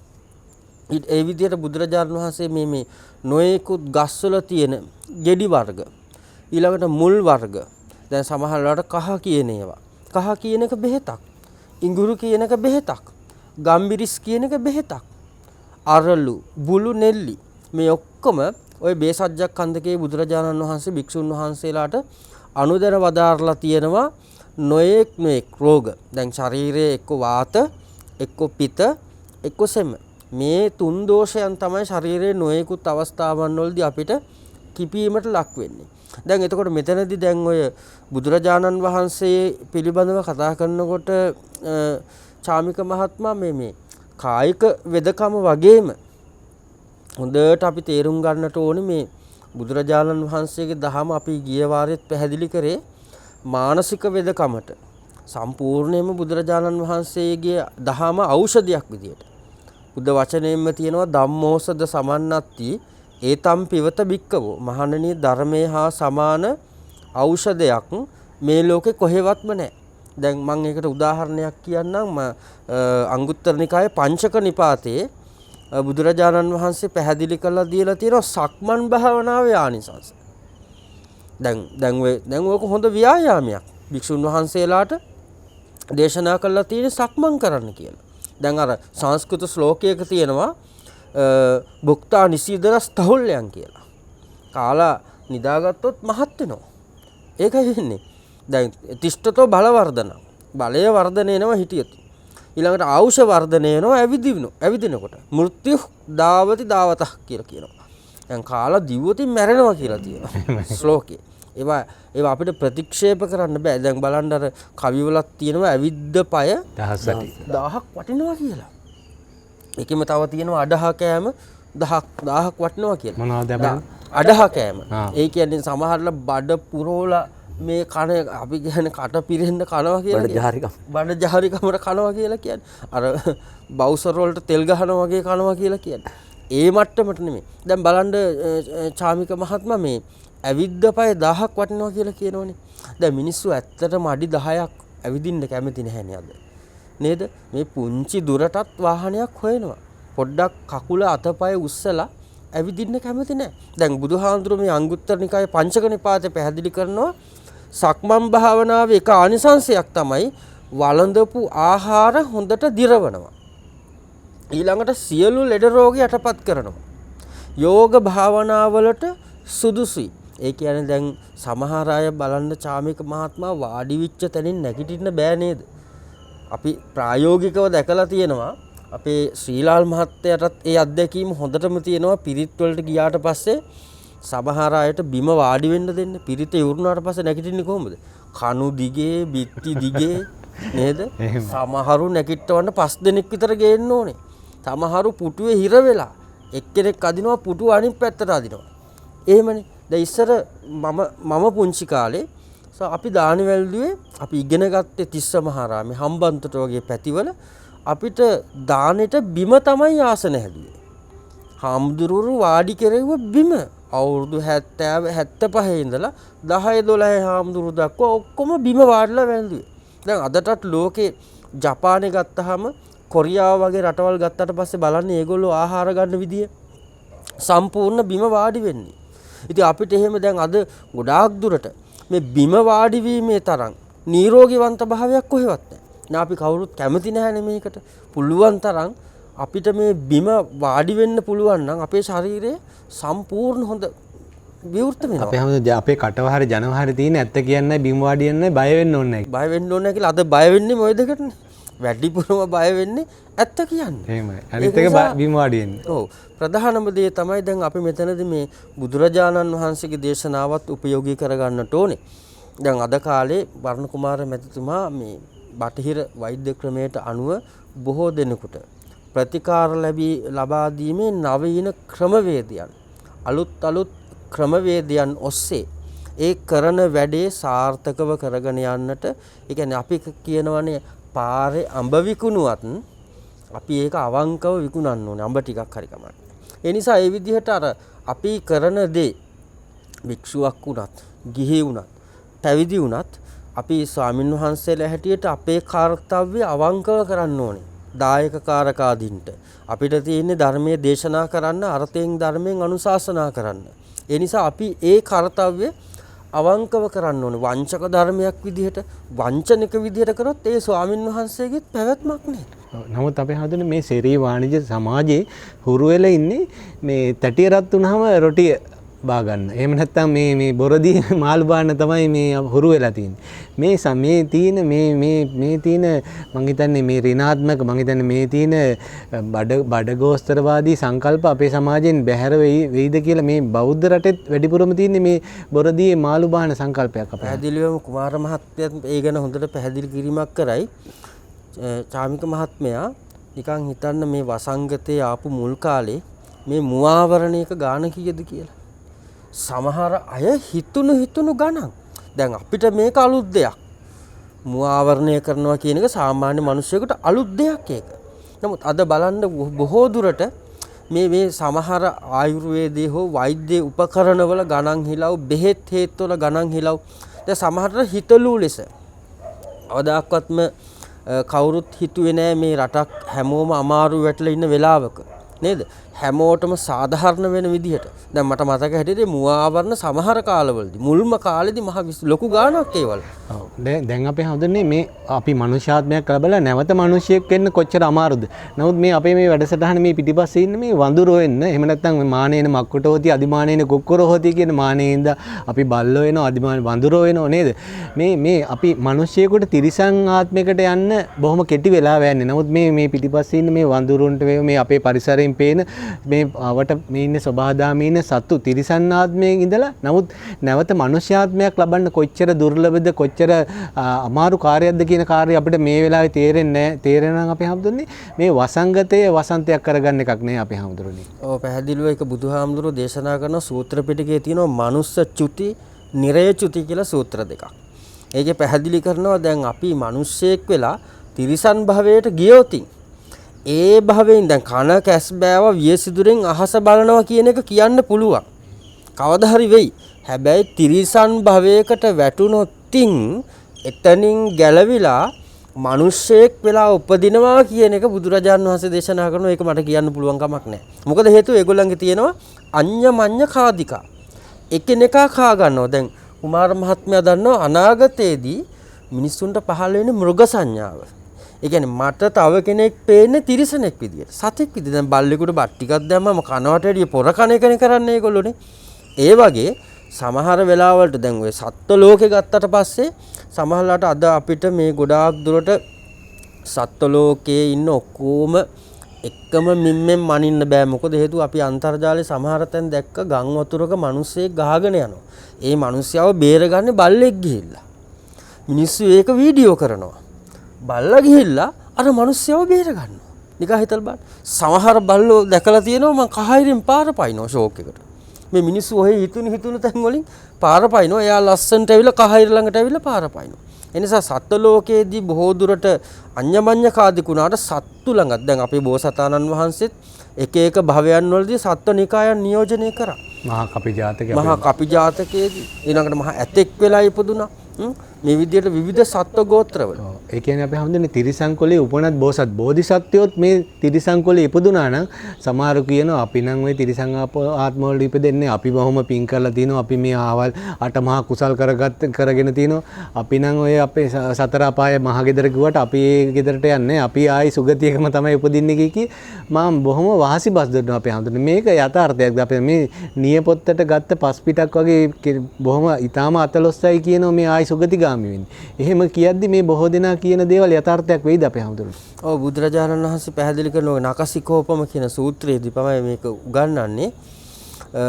බුද්ධ වචනයක් තියෙනවා මේ අප්පකාතේ මිනිස්සෙසු යජනා පාරගාමිනී අතායන් ඊතරාපජා තීරමේනවානු දාවති. මිනිස්සු අතර පරතරට යන්නේ බොහොම ටිකයි. නිවනට යන්නේ බොහොම ටිකයි. ධර්මය අවබෝධ කරගන්නේ බොහොම ටිකයි. දැන් දවසක් බුදුරජාණන් වහන්සේ ළඟට ඇවිල්ලා මේක තියෙන්නේ සූත්‍ර පිටකේ ගණක මොග්ගල්ලාන සූත්‍රය. ඉතින් ගණක මොග්ගල්ලාන ඇවිල්ලා බුදුරජාණන් වහන්සේගෙන් අහනවා භාග්‍යතුන් වහන්සේ ඔබ වහන්සේට 이르දි ප්‍රාතිහාර්ය පාන්න පුළුවන්. ඉතින් ඔබ වහන්සේට පුළුවන් මේ දඹදිවේ ඉන්න සියලුම දෙනාම නිවන් දක්කන්න. බලෙන් එක්කගෙන ගිහිලා නිවන් දක්කන්න පුළුවන්. බුදුරජාණන් වහන්සේ පැහැදිලි කරනවා ගණක මොග්ගල්ලාණය දක්කන්නේ එළුවෝ බැටළුවෝ හරක් වගේ අයනේ. මම කිසි කෙනෙක් නිවන් දක්කන්නේ නැහැ. නිවන පෙන්නනවා. අතන තියෙනවා කැමැති කෙනෙක් ඉන්නවා නම් නිවනට යන්න පුළුවන්. අකමැති කෙනෙක් ඉන්නවා නම් ඉන්න පුළුවන් කියන. ඒ නිසා අකාතාරෝ තථාගත. මාර්ගය පෙන්වන එක විතරයි කරන්නේ. ඒ නිසා බොහෝ අය මේ සසර ගමනේ දුවලා හති වැටුණට පස්සේ ආපහු හිටපු තැනටම වැටෙනවා. ඒක වළක්ව ගන්න තමයි අපි හැමෝම මහන්සි ගන්න ඕනේ. හොඳයි. අපේ ශ්‍රීලාද සිල්ලා මැතිතුමා මේ සභාවේ ඉඳන් අපිට පුළුවන් මේ වසංගත සහ උවදුරු පිළිබඳවත් අපි මෙහිදී කතා කිරීම වැදගත් වෙනවා. මේ වසංගත සහ උවදුරුත් එක්ක අපිට පේනවා මේ කෙටි සැපක් වෙනුවෙන් අපි අති දීර්ඝ දුකකට තමයි මේ යන්නේ. අපි පාර කපා ගන්න මේ කෙටි දවස් වලින් කිව්වොත් අපි මේ අනුශය ලෝකේ පරමාවශ්‍ය වින්දා දවස් 28000කට අඩු කාලයක් තමයි ගත කරන්නේ. දැන් අපි අපේ වයස අපි මේ ගත කරන වයස නම් අපි දවස් වලින් ගත්තත් 10000කට වඩා අඩුයි. වෙසක් පොයවල් ගත්තොත් අපිට කියන්න පුළුවන් අපි තව ඉන්නේ වෙසක් පොයවල් 20යි. සිංහල අවුරුදු 20කටත් අඩු කාලයක් තමයි අපි මේ පරමාවශ්‍ය විද්‍යාවත් ඉන්නේ කියලා. නමුත් මේ කෙටි සැප ගැන අපි හිතනවා අති දීර්ඝ දුකක් ගැන හිතන්නේ අපි මේ ළඟ බලලා ඇයි දුර බලන්නේ නැත්te කියන කාරණාවට අපේ ධර්මානුකූල පිළිතුරක් ඔබතුමාගෙන් බලාපොරොත්තු වෙනවා. වසංගත සහ උවදුරුත් එක්කම ගලපලා. දැන් චාමික මහත්තයා අහන ප්‍රශ්නෙට දැන් අර සච්ච විභංග සූත්‍රයේ තියෙනවනේ දැන් මේ අඤ්‍යතරඤ්‍යතරේන ව්‍යාසනේන සමන්නාගතස්ස දුක්ඛ ධම්මේන පුට්ටස්ස කියලා තියෙනවනේ. එක එක ව්‍යසන වසංගත අද ඉඳලා නෙමෙයි එන්නේ. මේවා භාග්‍යවතුන් වහන්සේ ජීවමානව ඉන්න කාලෙත් දේශනා කරපු දේවල්. වසංගත හැටියට ඇවිල්ලා තියෙනවා, ගම් වතුර හැටියට ඇවිල්ලා තියෙනවා. දැන් අපි දන්නවා විශාලා මහ නුවරට ඇති වෙච්ච ත්‍රිවිධ භය. අපි ඒකට වසංගතයක් කියන දුන්නාට එතනත් තිබිච්ච එතනත් ලොකු ප්‍රශ්නයක්නේ. මැරිච්ච ප්‍රමාණය අපිට හිතා ගන්න බෑ. සහ තුන කාලේ මම හිතන්නේ ධම්මපදේ අපිට මතක් වෙනවා ධම්මපදේ සඳහන් වෙනව නේද අපේ හැමදෙර කුම්භඝෝෂ කතාවස්තුවේදී වසර 12කට පස්සේ තමයි ආයේ ඒ එන්නේ රජගහනුවට ඔය වහන්සේ කිව්ව අවිවාතක රෝධ වසංගතේ අවුරුදු 12ක් තියලා තියෙනවා ඒ කාලේ මේ ධම්මපදේ විස්තර වෙන හැටියට. ඒ නිසා දැන් අපි ඒ කාලේ කියපුවා විශ්වාස කරන්න වෙනවා මිනිසුන්ට. කිසි දවසක අහපු නැති එකක් නේ කොවිඩ් කියන්නේ. අපි ඒකට කියන්නේ කොවිඩ් වසංගතය කියලා. අපිට වෙන වචනයක් නෑ ඒකට දාන්න. සුනාමි ව්‍යසනය අපි දැක්ක මොහොතකට වසංගතය යනක ඒ වචන වෙනස් වෙනවනේ. සුනාමි ව්‍යසනය, ත්‍රස්තවාදී උවදුර. එතකොට අපි වසංගත වේවා උවදුරු වේවා මොනා හෝ දෙයකකින් බලාපොරොත්තු වෙන්නේ අපි අකමැති දෙයක්. යම් ඉදම්පි යම් පිච්ඡං න ලබති තම්පි දුක්ඛං. කියන්නේ අපි කැමති දේවල් තියෙනවනේ මේ ලෝකේ. ඒතර අපි කැමති දේවල් අපිට ඕන විදියට පරිහරණය කරන්න බෑ අනිත් අයට පාඩු වෙන විදියට. ඒකයි අර බුදුරජාණන් වහන්සේ කිව්වේ මේ දැන් ඒ නිසානේ ධර්ම දේශනා කරන්නේ ඉඳ අහන්න කියලා. අපි ওই සුණාත කියන වචන හැමෝම දන්නවා. සුණාත හොඳින් අහන්න ඕන. හොඳින් කියන්නත් ඕනේ කෙනෙක්. ඉතින් බුදුරජාණන් වහන්සේ මේක හොඳින් දේශනා කරා. දහාර රේත නිකම් බෑ. අහුවට විතරක් මදිනේ අපේ හාමුදුරනේ. ඒක ධාරණය කරගන්න ඕනේ. ඇතුළට ගන්න ඕනේ. හැබැයි මැජොරිටි එක ওই ටික කරනවා. හුඟක් දෙනෙක් අහනවා. 100%ක් අහනවා. අහන්න නැති අය නෑ මේ ලෝකෙ. මොනාගමේ හරි අහනවා. හැබැයි ඕකෙන් 50% තමයි ධාරණය කරගන්නේ. 100% කියන්නේ අහන ඔක්කොම ධාරණය කරගන්නෙත් නෑ. හැබැයි මට හිතෙනවා 1-2-3% තමයි චරාත වෙන්නේ. ඒතර බුදු භාග්‍යතුන් වහන්සේගේ ධර්මය සුණාත ධාරේත චරාත ධර්මේ. දැන් හුඟක් දෙනෙක් චරාතේ නැති නිසා තමයි මේ ඔක්කොම ප්‍රශ්න ඇති වෙන්නේ. හරි චරාතයක් හදාගත්තා නම් ඒ තමන්ටත් ගැලපෙන අනිත් අයටත් ගැලපෙනවද කියලා බලන්න ඕනේ. ඒ කියන්නේ අර accept it and live up to it. ඒ කියන්නේ තමන්ට කාලම සූත්‍රයක කියනවා නිරීක්ෂණය කරන්න, විශ්ලේෂණය කරන්න. ඔබට එකඟ වේ හැකි දෙයක් එතන තියෙනවා. සහ අනිත් අයටත් ඒක එකඟ වෙන්න පුළුවන්ද? අන්න එහෙනම් ඒක පිළි අරගෙන ඒක පිළි අරගන්න. ඒ අනුව ජීවිතේ පවත්වන්න කියලා. ඒකනේ අපි කාලම සූත්‍රයේ භාග්‍යතුන් වහන්සේ දේශනා කරේ සාමික. ඒතකොට දැන් මිනිසුන්ට වුණේත් ඒකනේ. අපි දැන් අපිට ලෙඩක් ඇදුනම අපිට හිතා ගන්න බෑ මොකද්ද මේකට හේතුව එක එකනා එක එක දේවල් කියනවා. මෙන්න මේ හේතුව නිසා තමයි මේක ආවේ කියලා. නමුත් එහෙම දෙයක් මේ සමාජයට ඇවිල්ලා තියෙන්නේ සමාජයේම තියෙන ලොකු ගැටලු සාගත තත්ත්වයන් නිසා. ඉතින් ඒක තමයි අර මම ගේසරෙත් මතක් කරේ බුදුරජාන් වහන්සේ කියනවා අර ඉද ගහපතයෝ සීලවා සීල සම්පන්නෝ මහන්තං භෝගජානින් අධිගච්ඡති. එහෙනම් සීල සම්පන්න වෙන්න. දැන් ඕකට ලෝකේ හරි කියලා පිළිගන්න. නමුත් කවුරුත් කැමති නැහැ සීල සම්පන්න වෙන්න. දැන් සීල සම්පන්න වෙනවා කියලා කියන්නේ මොකක්ද? අමුතුවෙන්. දැන් සාමාන්‍යයෙන් තේරුම ගන්න තියෙන වචන පහක් තියෙනවානේ. ප්‍රාණඝාතය කරන්න එපා. ඒතර ලෝකේ වැඩි ප්‍රමාණයක් ප්‍රාණඝාතයේ යෙදිලා ඉන්නේ. කියන්නේ චරාතේ තියෙනවද? නෑ අහලා තියෙනවා පව් කියන සත්තු මරණ එක. එතකොට ඒක ඇත්තට හැදිරීමක් නෑ ප්‍රාණඝාතය කරනවා. එහෙනම් ප්‍රාණඝාතය අකුසලයක්. අකුසලයක් නම් ඒකට සාපේක්ෂව ආදීනව නෙමෙයි මෙතන එන්නේ. මොනවද ඒකට කියන්නේ විපාක සකස් වෙනවා. අපි ආදීනෝ විපාක කියලා දෙකක් තියෙනවනේ. ඒක විපාක සකස් වෙනවා. හොරකම් කරනවා. දැන් මේ මෙතුමා කියයි හැමදෙනාම බලන්නේ ධනෙ හොරකම් කරගන්න. අනිත් කෙනාගේ දේවල් හොරකම් කරන්න. ඉතින් වර්තමානයේ හොඳම උදාහරණයනේ පාර්ලිමේන්තුවේ අපි පාර්ලිමේන්තු සැසිවාරයේ ඇහුවාම POTV එකේ 91 ඕනෑම විපක්ෂ නායකයෙක් නැගිටලා කියන්නෙම ගහපු මිලියන් ගාන. මට හිතා ගන්න බෑ එහෙම හොරකම් කරලා මූණ කෙලින් කතා කරන්න පුළුවන්ද කියලා. ඇත්ත කියනවද බොරු කියනවද ප්‍රශ්නයක් නැහැ. අර කකුලෝ නටන්නේ හොද්ද නටනකන් නේද? ඒක කිරි දෙව්ව ගමන් මිදෙන්නේ නැහැ නේ. පොඩි කාලයක් ගත වෙනවා. ඒ හින්දා මම හිතන්නේ ඒ ditta ධම්ම වේදිනේ පළදින කාලෙකුත් වෙනවා. අපි ඒ ගැන බය වෙන්නට නරකයි. ඒවා මම හිතන්නේ කර්මයට බාර දුන්නාම අපි ඒ ගැන නේද? ඔව් ඒකත් බාර දෙන්න වෙනව. නැත්තම් බුදුහාමුදුරනෝ බණ කියන දෙන කම්මස්ස කෝම්මි කම්ම යෝනි කම්ම බන්දු කම්ම පටිසරණෝ යං කම්මං කරිස්සාමි කල්යාණං වා පාපකං වා තස්ස දායාදෝ භවිස්සාමීති. ඔය ටික තේරුම් ගන්න කැමතිත් නැහැ. තමන් කරන හොඳ හෝ නරක දායාද කොටගෙන නැවත ජීවිතයක් ප්‍රතිනිර්මාණය වෙනවා කියන එක මිනිස්සු තාමික පිළිගන්නවා නම් මේ වඳුරෙක් වෙන්න විදියක් නැහැ නේද? අර දැන් ඔබතුමා තමයි මට මතකයි ඔය ඉතින් වැඩසටහන කිව්වා. අදිමානේන මානේන මක්කටෝ හෝති. මානේ නිසා මිනිස්සු වඳුර වෙනවා කියලා. දැන් අපිට වඳුරෙක් දැක්කහම අපිට ඒක තේරෙන්නේ නැහැ නේ. බල්ලෙක් අදිමානේන කුක්කුටෝ හොත්. දැන් මේ වඳුරු අපේ වටේ හිටියට උන්ට මේ ධර්මය ගැන කතා කරන්න, ධර්මය අහන්න, ධර්මය අවබෝධ කරගන්න පිනක් නැහැ නේද? අපිත් වඳුරෝ වෙලා වගේ සමහර වෙලාවට අපි ජීවත් වෙන්නෙත් මේ වඳුරෝ අපිත් සමහරු මොකටද මිනිසියෙක් කියලා ඉපදුනේ කියන කන්න බොන්න ඉන්න මේ ඔය මෞතිම සේවයට නම් කන්න බොන්න නම් ඒ තිරිසන් ආත්මයකට ගියත් ඔය දේවල් ලබා ගන්න පුළුවන් නේද? ඒක මට ඔබතුමා දැහුම කියන තව කතාවක් මතක් වුණා අපේ හැමදෙර මනුජස්ස පමත්තචාරීනෝ තණ්හා වඩ්ඩති මාළුවාවේ සොප්ලවති හුරාහුරං වනමිජ්ජං පලස්මින් වානරෝ කියලා එහෙම ගාතාවක් තියෙන මට මතක් වුණා ධම්මපදේ. මේ මිනිහා මේ තණ්හාව නිසා මේ වනයේ පළබුදිමින් එහාට මෙහාට පයින් වඳුරෝ එක සැරේ එක මොක්කම කන්නේ ටික ටික කකා හැමදැනට පයින්නවා.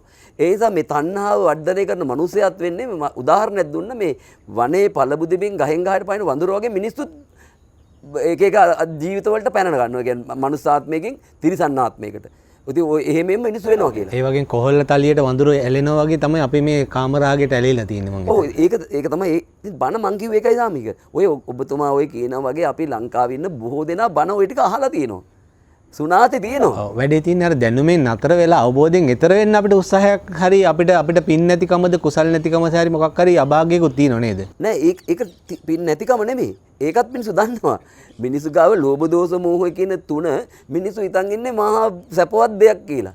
හැබැයි මිනිස්සුම තමයි කතා කරන්නේ අලෝභ අද්වේෂ අමෝහ කියලා මිනිස්සු හරි නිවෙනවා. මේ වචන තුන අහනකොට. නමුත් මිනිස්සු ක්‍රියාත්මක වෙන දැරදී ලෝභ ක්‍රියාත්මක වීමක් තියෙනවා. අලෝභ ක්‍රියාත්මක වීම දකින්න නැහැ.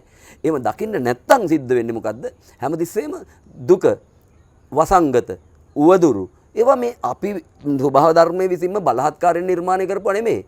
අපේම තියෙන නරක ගති අපි විශ්වයට මුදා හැරලා විශ්වයේ තියෙන නරක දේවල් අපේ ජීවිතයට අපි සම්බන්ධ කරගන්න. ඊට පස්සේ අපි දුක් විඳිනවා. හොඳයි මං හිතන්නේ මේ ජීවිතේ සැපයි කියලා අල්ලගන්න බොහෝ දේ තුල අවසන් තියෙන දුකම තමයි අපිට ඒ වර්ණකුල ශූරීන්ගෙන් පුළුවන් මේ වර්ණ කුමාර මෙතුමාගෙන් දැනගන්නට අපි මේ කොවිඩ් වසංගත තත්ත්වෙන් පසු ජන ජීවිතයේ පිළිබඳව ඔබතුමාගේ විග්‍රහය මා කැමතියි. ඔබතුමා සමාජයේ ප්‍රායෝගිකව සමාජයත් එක්ක බද්ධ වෙලා ගැටෙන චරිතයක්. ඒ නිසා ඔබතුමාට හොඳ අත්දැකීමක් තිබෙනවා මේ කොවිඩ් වසංගතයෙන් පසු ජන ජීවිතය පිළිබඳව ඔබතුමාගේ විග්‍රහය ඉදිරිපත් කරන්නට. ඇත්තටම කොවිඩ් රෝගයත් එක්ක මං හිතන්නේ මිනිස්සු පුරුදු වුණා හොඳ සෞඛ්‍ය ක්‍රමවේදයන් වලට. දැන් මාස්ක් එක දාන එක. එතකොට අත සෝදන එක. එතකොට සැනිටයිස් භාජනයක් අපි බෝතලයක් වගේ එකක් තමන්ගේ වාහනේ හරි එහෙම නැත්නම් සාක්කුවේ හරි දාගෙන යන්න. එතකොට ඒ හරහා මම පොඩි සමීක්ෂණයක් කරලා බැලුවා. මම දන්න දොස්තර මහත්තුරු කීප දෙනෙක්ගෙන් අපේ චාමික මහත්මයා ඒ හැයට සාමාන්‍ය 75ක 80ක රෝගීන් අර එදිනෙදා ශ්වසන රෝග නිසා එන රෝගීන් අඩු වෙලා තියෙනවා. විසදුම ආග්‍රහණය වෙන ඒවා. විසදුම ආග්‍රහණය වෙන ඒවා. එතකොට දැන් අපි එළියේ යනකොට අපි දන්නේ මොන හරි වසංගතයක් තියෙන ලෙඩෙක් එතන ඉඳලා ගියාද? එහෙම නැත්නම් එතනින් යන්න පුළුවන්. ඒ හරහා අපිට ආග්‍රහණය වෙන්න පුළුවන්. අර මාස්ක් එක නිසා ඒක නැති වෙලා තියෙනවා. එතකොට දැන් අපි මේ පුටුවේ වාඩි වෙනකොට අපි පුටුව අල්ලනවා. එතකොට මේ පුටුවේ පිටිස්සෙල්ලා කොවිඩ් රෝගියෙක් වාඩිලා හිටියා නම් කොවිඩ් රෝගයක් හෝ වෙන තියෙන කාසෙ කියලා එකක් විවිධ රෝග තියෙන ශ්වසන රෝග. අන්නේ රෝගීන් හිටියා නම් එතනින් අපිට මේ රෝගේ බෝ වෙන්න පුළුවන්. ඒක නිසා තමයි අත සෝද ගන්න කියන්නේ. දැන් මෙතනින් ගියාට පස්සේ අත දැන් කොවිඩ් රෝගය හෝ ඕනෑම ස්වසන රෝගයක් හැදෙන්නේ චාමික මහත්තයා නහයයි කටයි තුලින්. එතකොට මේක කන් දෙකෙන් දෙපතුලෙන් එහෙම නැත්නම් හිසෙන් කොහෙන් හරි ශරීරයේ වෙන තැනකින් බෝ වෙන්නේ නැහැ. ඒ නිසා තමයි මාස්ක් එක දාගෙන ගිහිල්ලා මාස්ක් එක ගලවන්න ඉතිසෙල්ලා අත් දෙක සෝදලා නැවත මාස්ක් එක ගලවලා අර වහපු භාජනයකට දාන්න කියන්නේ. ඒතර ඒ හරහා ලොකු වෙනසක් ඇති වුණා. ඊළඟ එක තමයි මිනිස්සු අර පුරුදුනා උණු වතුර ටිකක් බොන්න. ඒතර රස්නෙන් වතුර ටිකක් බිව්වහම සමහර රෝග අපේ උගුරේ ඒක පිච්චිලා යනවා. ඒ වගේ දැන් මේ කොවිඩ් රෝගය නිසා මම හිතන්නේ ගොඩාක් මිනිස්සු පුහුණුනා ඒ පැත්තට. ඒ වගේම ධර්මානුකූල පිළිවෙතකට යොමු. හැබැයි ඇත්තටම ඒක මෙහෙමයි. ඒක සාපේක්ෂයි චාමික මහත්තයා. මොකද මේ බයට හරි මේ ඒ කියන්නේ බයට පන්සලට යනවා මම දකින්න දෙයක් තමයි අපේ හාමුදුරුවොත් මං හිතන්නේ මට මගේ වචනයට අලගුවක් තියයි. ඒ කියන්නේ පන්සලට ගියාම පන්සලේ අපි බුදුමැදුරට යනවා අඩුයි චාමික මහත්තයා. යන්නේ දේවාලෙට. දේවාලෙට ගිහිල්ලා පන්සලේ දෙවියන්ගෙන් ඉල්ලනවා. මගේ දරුවා සනීප කරලා දෙන්න. මගේ දරුවාගේ විභාග පාස් කරලා දෙන්න. එහෙම කියනවා මිසක් ඒ අය ප්‍රායෝගිකව ධර්මයේ හැසිරෙන්නේ නැහැ. එදා බුදුදහමේ තිබුණේ බුදුහාමුදුරුවෝ ධර්මයේ දේශනා කරන්න බුදුහාමුදුරුවෝ ඇයි මනුස්ස ලෝකෙ ඉපදුනේ? මනුස්සයන් බුදුහාමුදුරුවෝ වැරදිලා හරි හිතමුකෝ දිව්‍ය ලෝකෙ ඉපදුනා කියලා. එහෙම වුණා නම් බුදුහාමුදුරුවෝ බලන්න අපිට යන්න හම්බෙන්නේ නැහැ. බුදුබණ අහන්න හම්බෙන්නේ නැහැ. ඒතකොට මනුස්ස ලෝකේ ඉපදලා බුදුහාමුදුරුවෝ දිව්‍ය මනුස්ස ලෝකෙට වැඩියා. බ්‍රහ්මයෝ මනුස්ස ලෝකෙට වැඩියා. ඇවිල්ලා බණ ඇහුවා. ඒතර සමහර අවස්ථාවල බුදුහාමුදුරුවෝ දිව්‍ය ලෝකෙට ගියා. හැමතැනටම ගියා. නමුත් අර මනුස්ස ලෝකේ අපි මිනිස්සු වශයෙන් මේ ඇයි අපි මිනිස්සෙක් වෙලා ඉපදුනේ කියන එකවත් මිනිස්සුන්ට අමතක වෙලා. ඒ කියන්නේ දැන් අපිට හොඳටම පේනවා සමහර වෙලාවට අපි වෙඩින් එකකට වගේ ගියුවාම සමහර වෙලාවට ඒ අය කෑම කන විදිය.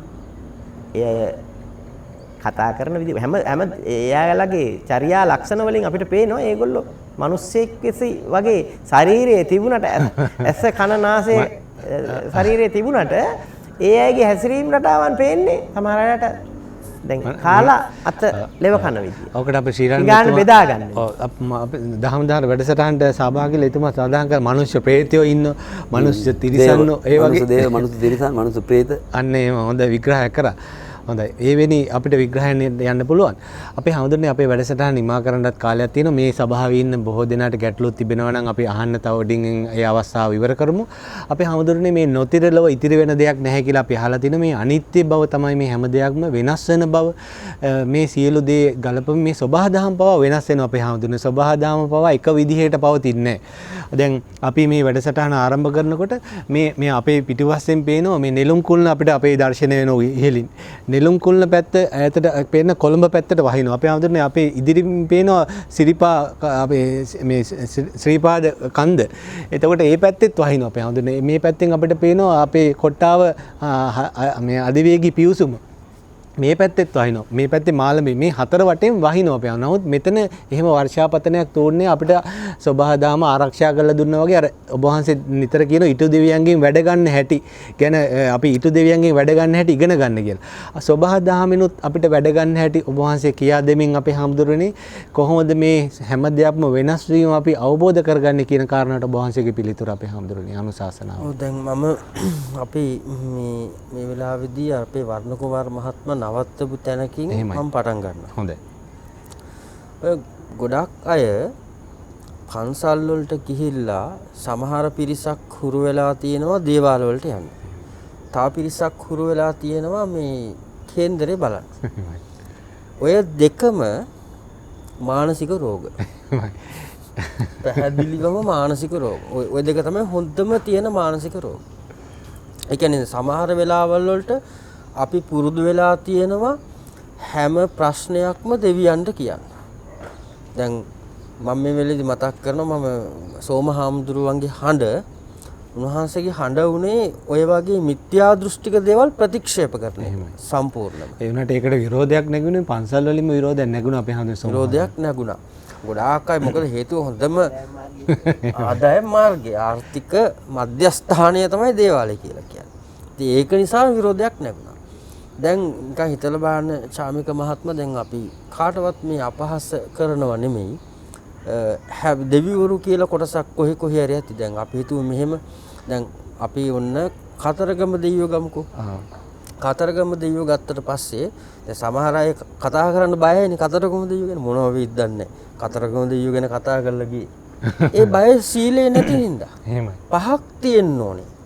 ඒ පහ මගේ ළඟ තියෙනවා නම් මම කිසි දෙවි කෙනෙකුට බය වෙන්න ඕනේ නැහැ. ඒකයි බුද්ධ නීතිය. අපි අහලා තියෙන හිටියොත් හොඳට හැදී දෙවියොත් නමට වදී මේ අපිට සක්‍රියත් වඳිනවනේ සංයුක්ත නිකායේ සක්කනමස්සන සූත්‍රයේ සක්‍රියත් වඳිනවා කියලා තියෙනවා. ආන් ඒ වගේ දැන් හිතන්නකෝ දැන් අපි හිතන්නකෝ ප්‍රේම සම්බන්ධයක් කඩ වුණා කියලා. අපි පූජාවට්ටියක් හදාගෙන කතරගම දෙයියන්ට ගිහිල්ලා කියනවා අනේ දෙයියනේ බලන්න මේ අපේ මහත්මයා ළඟක ඉඳලා ටිකක් අමුතුයි මොකක් හරි සම්බන්ධයක් තියෙනවා මේක නවත්තලා දෙන්න කියලා. කතරගම දෙයියෝ කියනවා ඇති બોලේ මමත් කරේ ඕකමනේ.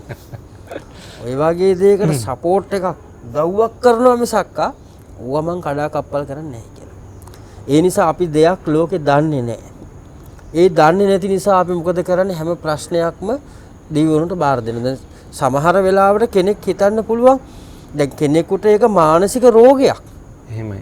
මේ දේවාල වලට ගිහිල්ලා අතනට යන්න කියනවා මෙතනට යන්න කියනවා. අපි හැමෝටම දැන් ඔය ඕකත් ඔය නොවෙනස්කම දැන් අපි හිතමු සදාකාලික දෙවියෝ දැන් කතරගම දෙවියෝ සදාකාලික දෙවි කෙනෙක් කියලා අපි අහලා තියෙන්නේ.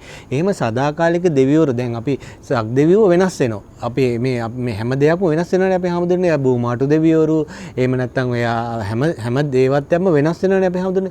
නමුත් සදාකාලික දෙවියෝරු ඉන්න පුළුවන්ද මේ වෙනස් වෙන ලෝකේ නොවෙනස් වෙන දෙවියෝරු ඉන්න පුළුවන්ද කියන කාටවත් පිළිතුරක් එකතු කරමින් අපිට පැහැදිලි කරන්න. කිසිසේත්ම එහෙම වෙන්න බෑනේ. දැන් දිව්‍ය ලෝකවල ආවුෂ තියෙනවා. එහෙමයි. ඒ නියමිත ආවුෂ ප්‍රමාණය වින්දනය කරාම දැන් හිතන්නකෝ මනුස්ස ලෝකෙන් අවුරුදු 50ක් ඉක්මවා ගිය තැන චාතුර්මහරජික කියන දිව්‍ය ලෝකෙට එක දවසයි. එහෙමයි. චාතුර්මහරජික දිව්‍ය ලෝකේ දෙවියන්ගේ පරම ආවුෂ අවුරුදු 500යි. ඒක මනුස්ස වර්ෂ වලට පෙරළුවට පස්සේ 90 ලක්ෂයක් පරම ආවුෂ තියෙනවා චාතුර්මහරජිකේ. එතකොට චාතුර්මහරජික දෙවිවරු ඒ ආවුෂ වින්දනය කරලා එතනින් චුත වෙන්න ඕනේ. ඒක සදාකාලික තැනක් නෙමෙයි. මම මේක ගෙනාවේ මේ කුමාර මහත්මයා නවත්තපු තැනට ආවේ මම හේතුව තමයි ඔය කේන්දර පස්සේ යන එකත් දේවාරූඪ තියෙනවා කියන්නේ ඕක මානසික රෝගයක්. ඕකට කියන්නේ බින්න උන්මාදය කියලා. බින්න උන්මාදය. බින්න උන්මාදය. දැන් බින්න උන්මාදයේ ලක්ෂණය තමයි මේ මොලේ තියෙන රසායනික ප්‍රදේශයන්ට ලොකු ඉෆෙක්ට් එකක් වෙනවා. ලොකු හානියක් වෙනවා යාට. ඒ රසායනික ප්‍රදේශවලට ලොකු හානියක් වුණාට පස්සේ මොකද වෙන්නේ? එයා හිතනවා මට මොකක් හරි බලයක් තියෙනවා කියලා. දැන් මම එක උදාහරණයක් කියන්නම්. එක මහත්මයෙක් මාත් එක්ක කතා කරා. එතුමාට මම කිව්වා මගේ මේ ලොකු ඔළුවේ කැක්කුමක් තියෙනවා කියලා. එයා මට කියන්න ගත්තා හොඳයි මම එහෙනම් ඔබ වහන්සේ ෆෝන් එක කට් කරන්නේ නැතුව ඔහොමම ඉන්න. දැන් දුරකථනයෙන් මං එනවා ඔබ වහන්සේ ළඟට. ඒ ඔළුවේ කැක්කුම තියෙන තැනට එනවා. මට තියෙනවා විශ්ව ශක්තිය. මම ඒක දැන් ඔන්න අවදි කරන්න හදන්නේ. මම දැන් ඔන්න අවදි කරලා ජංගම දුරකථනයෙන් ඇවිල්ලා ඔළුව එකක්ම හොඳ කරන්න යන්නේ කියලා ගොඩාක් ඉස්සර මට ඔහොම ඊට පස්සේ මම පොතපත කියවනකොට මේ බින්නෝන්මාදය ගැන මට හවුණා මෙයාට ලෙඩක් තියෙනවා. එදා තමයි මම හරියට තේරුම් ගත්තේ මේක රෝගයක්. ඔබ වහන්සේගේ ඔළුව එකක්ම අඩු වුණාද එහෙම? නෑ දැන් මම දැන් කල්පනා කරනවා දැන් මේ මිනිස්සයා කියන විදිහට දැන් එහෙම අඩුවකුත් නෑ. දැන් මෙයාව ප්‍රතික්ෂේප කරන්නත් බෑ. හරිද? ඊට පස්සේ දැන් මෙයා නැවත කිව්වා දැන් හරිනේ කී දිගෙන් දිගටම අහනවා. එදා මම තේරුම් ගත්තේ නෑ මං හිතුවේ මොන හරි එකක් එහෙම ඇති කියලා. නමුත් මම අර මනෝවිද්‍යාවේ පොත් කියවනකොට තේරුණා මේක රෝගී ලක්ෂණයක්. ඊළඟට තව සමහර අය නිවසේ ඉඳන්ම කියනවා මට පණිවිඩ එනවා දැන්. ඔන්න දැන් මහා බ්‍රහ්මයාගෙන් පණිවිඩයක් එනවා. මේවා මේ සම්පූර්ණම වෛද්‍යවරු පරීක්ෂණ කරලා හොයාගත්තු දේවල්. ඒගොල්ලෝ කියනවා දැන් ඔන්න මට අහවල් තැනින් පණිවිඩයක් එනවා. දැන් ඔන්න මහා බ්‍රහ්මයා ඊළඟට සහම්පති බ්‍රහ්මයාගෙන් මට පණිවිඩයක් එනවා. ඉතින් එහෙම කිව්වට පස්සේ ගෙදර අය බලනවා හරි මෙයාට මොකක් හරි අදිමානසික බලයක් ඇති කියලා මොකද කරන්නේ දානවා ගෙදර දේවාලයක්. ඊට පස්සේ මෙයාට දැන් තියෙන බින්නෝන්මාදේ මානසික රෝගයක් තියෙන. ඉතින් එයා ළඟට මිනිස්සු එනවා දැන් ඔන්න ශාස්ත්‍ර බලන්න විස්තර බලන්න. ඉතින් එකක් දෙකක් හරියනවා. හරි ගියාට පස්සේ ඔක්කොම එතනම හරි. මෙයා ළඟ මොකක් හරි බලයක් තියෙනවා කියලා. එතකොට ලංකාවේ ගොඩාක් අය මානසික රෝගීන්ගෙන් තමයි ශාස්ත්‍ර බලලා තියෙන්නේ. ඔන්න ඔය වගේ දේවල් තියෙනවා. අනිත් එක තමයි මේ බොහෝ දුරට ඔය ජ්‍යොතිෂ වගේ කටයුතු වලදී ප්‍රතික්ෂේප කරන්න නෙමෙයි. ඕනම දෙයකින් බුදුහාමුදුරු දේශනා කරලා තියෙන හොඳක් තියෙනවා නම් ගන්න. ඒ ගත්ත දෙයින් අපිට හානියක් වෙන්න ඕනේ නෑ. දැන් සෙරප්පු දෙක තියෙන්නේ කකුල් දෙකේ දාන් යන. ඒකට ලණුවක් දාලා බෙල්ලේ දාන් ගියොතින් සෙරප්පු දෙකට නොකල යුත්තේ කළා වෙනවා. ඒ නිසා නිවැරදි විදිහට ඔය තියෙන සංකල්ප මානසික රෝග නොවන විදිහට ජීවිතවලට එකතු කරගන්න ඕනේ. හොඳයි මම හිතන්නේ අපේ හාමුදුරුවෝ කියපු මේ කාරණාත් එක්ක ශ්‍රීරාම මෙතුමන් ඔබතුමාට මොන හරි එකතු කරන්නට අවසාන වශයෙන් කෙටි ගන්න කියන්නේ දැන් හාමුදුරුවෝ කිව්වේ දැන් අර සින්දුව තමයි මම් මුලා වූ පාර හොයාගෙන අතරක් නොමැතිව යන ගමනේ මං මුලා වූ සමනලෙකුගෙන් පාර අසා ඇත්තේ. ඒ නිසා මම හැමෝටම කියන්නේ මේ වෙලාවේදී මම කියන්නේ මුලා වෙන්න එපා. මොකද බුදුරජාණන් වහන්සේ අපිට ඉන්නවා මේ ලෝකේ. තාම බුද්ධෝත්පාද කාලයක අපි ඉපදිලා ඉන්නවා. එහෙනම් මුලා වීම අඥානකමක්. මෝහෙන් මුලා වෙලා මානෙන් උදම් වෙලා නේද එහෙම නෙන්නේ. තණ්හාව ශෝක වේවිද ලෝකේ. මිනිහා කොහෙද මේ? දැන් අපිට ඔය ගායකයෝ කිව්ව දේවල් අපේ ගන්න තියෙන්නේ. දැන් අපි මොකටද මම දැන් අර හාමුදුරු කිව්වා වගේ තවත් මුලා වෙච්ච මිනිහෙක් ගාවට මමත් මුලා වෙලා. ඒතර ඔබතුමා ඉස්සෙල්ලා ලස්සන කතාවක් කිව්වා. මම හැමෝම කෙනාටම කියන්නේ සීලයේ තියෙන අය ගාව තියෙන්නේ my lord. ඒ කියන්නේ බුදුරජාණන් වහන්සේ. සීලයක් නැති මිනිතු ගාවට හැං එල්ලෙන්න තියෙන්නේ my god. ඉතින් කාගේ හරි කටකින් my god කියලා කියවෙනවා නම් මම තීරණය කරන්නේ මෙතුමා ගාව මෙයා ගාව කිසිම සීලයක් නැහැ. මෙයා ගාව සීලයක් තියෙනවා නම් ඒ වෙලාවට තමයි මතක් වෙන්නේ. අර මොයිදින් බෙක් මහත්තයාලා කිව්ව ලස්සන ඔබේ රාගී මන කැළඹේදෝ පිවිතුරු හදවත පෑරේදෝ එම විට පවසනු මුවින් ඔබේ මේකේ වටිනාකම තියෙන්නේ මොයිදින් බෙක් කියන්නේ මුස්ලිම් ලබ්ධිකෙක් උනත් එතුමා කියන්නේ ලෝකෙට මොකද්ද ඔබගේ හදවත පෑරිච්ච වෙලාවක ඔබගේ මුවින් එන්න ඕනේ මොකද්ද බුද්ධං සරණං ගච්ඡාමි කියලා. ඉතින් බුද්ධං සරණං ගච්ඡාමි කියන්න චාමික පිනක් තියෙන්න ඕනේ කියන එක තමයි මට මේ වැඩසටහන කියන්න තියෙන්නේ. ඔව් මම හිතන්නේ ප්‍රශ්න අහන්න තියෙනවා නම් එකටත් කාලයයි වර්ණ කුමාර මැතිතුමාටත් යමක් එකතු කරන්න තියෙනවා. ඔබතුමා සතුටු වෙනවා මම හිතන්නේ මේ සබහාදාම අපිට ආශිර්වාදයක් මේ වැඩසටහන හමාර කරන්නට තරම් අපිට මම හිතන්නේ ආශිර්වාදය ලැබුණා. ඔබතුමාට අවසන් පැහැදිලිවම මම ඒක ගැන හිතා හිටියේ. මොකද අපි පටන් ගන්න යද්දී තිබිච්ච තත්ත්වයක් දැන් අපිට මම හිතන්නේ තව පැය දෙක තුනක් වුණත් යන්න පුළුවන් මේක ගියොත් එහෙම වයින්නේ නැහැ. එහෙමයි. අපේ කාලේ හමාර වෙනවා. කාලේ හමාර වෙනවා. ඉතින් ඒ නිසා මම දැක්කේ දැන් මෙතුමා කිව්වේ ඔක්කොම මුලා වෙලා ඉන්නේ. අපේ හාමුදුරුවෝත් කිව්වේ දැන් මේ මිනිස් මම ව්‍යාපාරිකයෙක් හැටියට මම මෙන්න මෙහෙම දෙයක් එකතු කරන්නම් අපේ මහත්මයා. දැන් ගොඩාක් ව්‍යාපාරිකයන්ට තියෙන්න ඕනේ අර අදිෂ්ඨානයක්. ඒ කියන්නේ මොනවා හරි දෙයක් කරන්න ගියහම මේක ඉවර කරලා මිසක් මම පස්සට එන්නේ නැහැ කියලා. අපි බෝධිසත්වයෝ අපිට පෙන්වෙත් ඒකනේ. එදා උපකාව ජීවකයා දුන්නු තනට අටමිට ගෙනහිල්ලා වජ්‍රාසනය හදාගෙන මේ එතන මම මෙතනින් බුදු වීමිස නොනැගිටිමි කියලා. ඔව් මම හිතන්නේ ඔය දැන් අද මේ ධනාත්මක චින්තනයක විකුණන්න නැතුව මේ තුමා වගේ ධර්මයේ හරියට ඉගෙන ගත්තා නම් සාර්ථක ව්‍යාපාරයක වෙන්න හොඳම සාක්ෂිය මෙතන තියෙනවා නේද අපි හමුදුනේ. මේ ධනාත්මක චින්තනයක අය හොයන්න ඕනේ නැහැ. ධනාත්මක චින්තනය තමයි බුදුදහම කියන්නේ. පැහැදිලිවම බුදුදහම. ඒක තියෙනවනේ චාමික අපි හඳුරු තියෙනව නේද වණිජ්ජා කියලා සූත්‍රය. කෙනෙක්ගේ ව්‍යාපාර සඵල වෙන්නත් කෙනෙක්ගේ ව්‍යාපාර පිරියෙන්නත් කාරණා හතරක් තියලා තියෙනවා. ඒක දැන් කාලය වැඩක් යනවා. එහෙම වෙනම සූත්‍රයක් තියෙනවා. අපි වෙනම දවසක ඒක ගැන කතා කරමු. ඉතින් මම මේ වෙලාවේ පොදුවේ තරුණයන්ට කියන්නේ අපි හැමෝම අම්මා තාත්තා මට දුන්නේ නැහැ. මගේ සහෝදරයෝ මට දුන්නේ නැහැ. නෑදෑයෝ දුන්නේ නැහැ. මන්ත්‍රීවරයා දුන්නේ නැහැ. ජනාධිපතිතුමාගේ වැරද්ද. හැමෝගෙම වැරදි කියනවා. ඇයි අපිට බැරි මිනිහෙක් තමන් පොහොසතෙක් වෙන්නට ඕන නම් චාමික මහත්මයා ඉස්සෙල්ලාම යා මනසින් පොහොසතෙක් වෙන්න ඕනේ. මට මේක කරන්න පුළුවන් කියන අදිෂ්ඨානයක් ඇති කර ගන්න ඕන. ඒකට සැලසුමක් හදා ගන්න ඕන. ඒ සැලසුම ක්‍රියාත්මක කරන්න ඕනේ. එතකොට යාට ජය ගන්න පුළුවන්.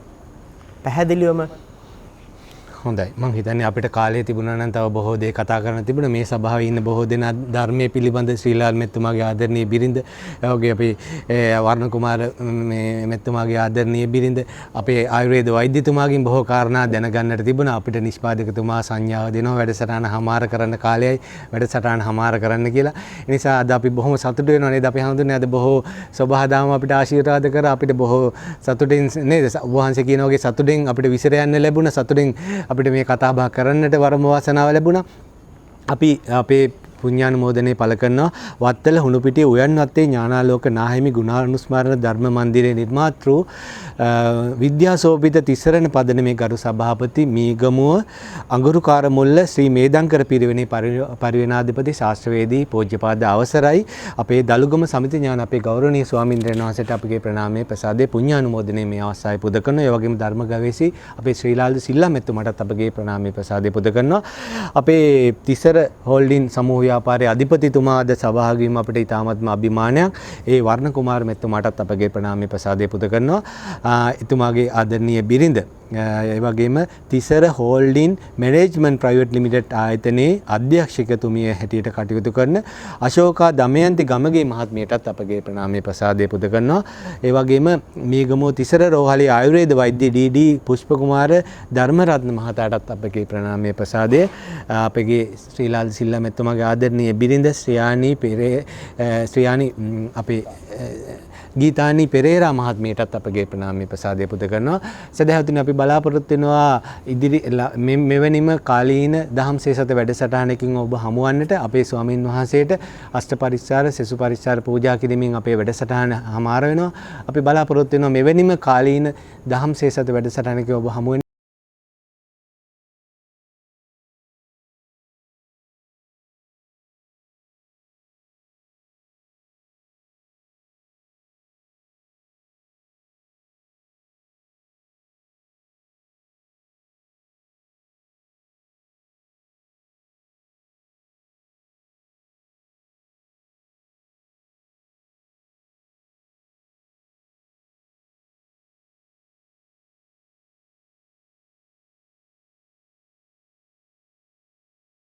දහම් සේසත ඔබ වෙත ගෙනාවේ තිසර හෝල්ඩින් සමූහ ව්‍යාපාරයේ අධිපති ඒ වර්ණ කුමාර මහතාගේ සාදර අනුග්‍රහයෙනි.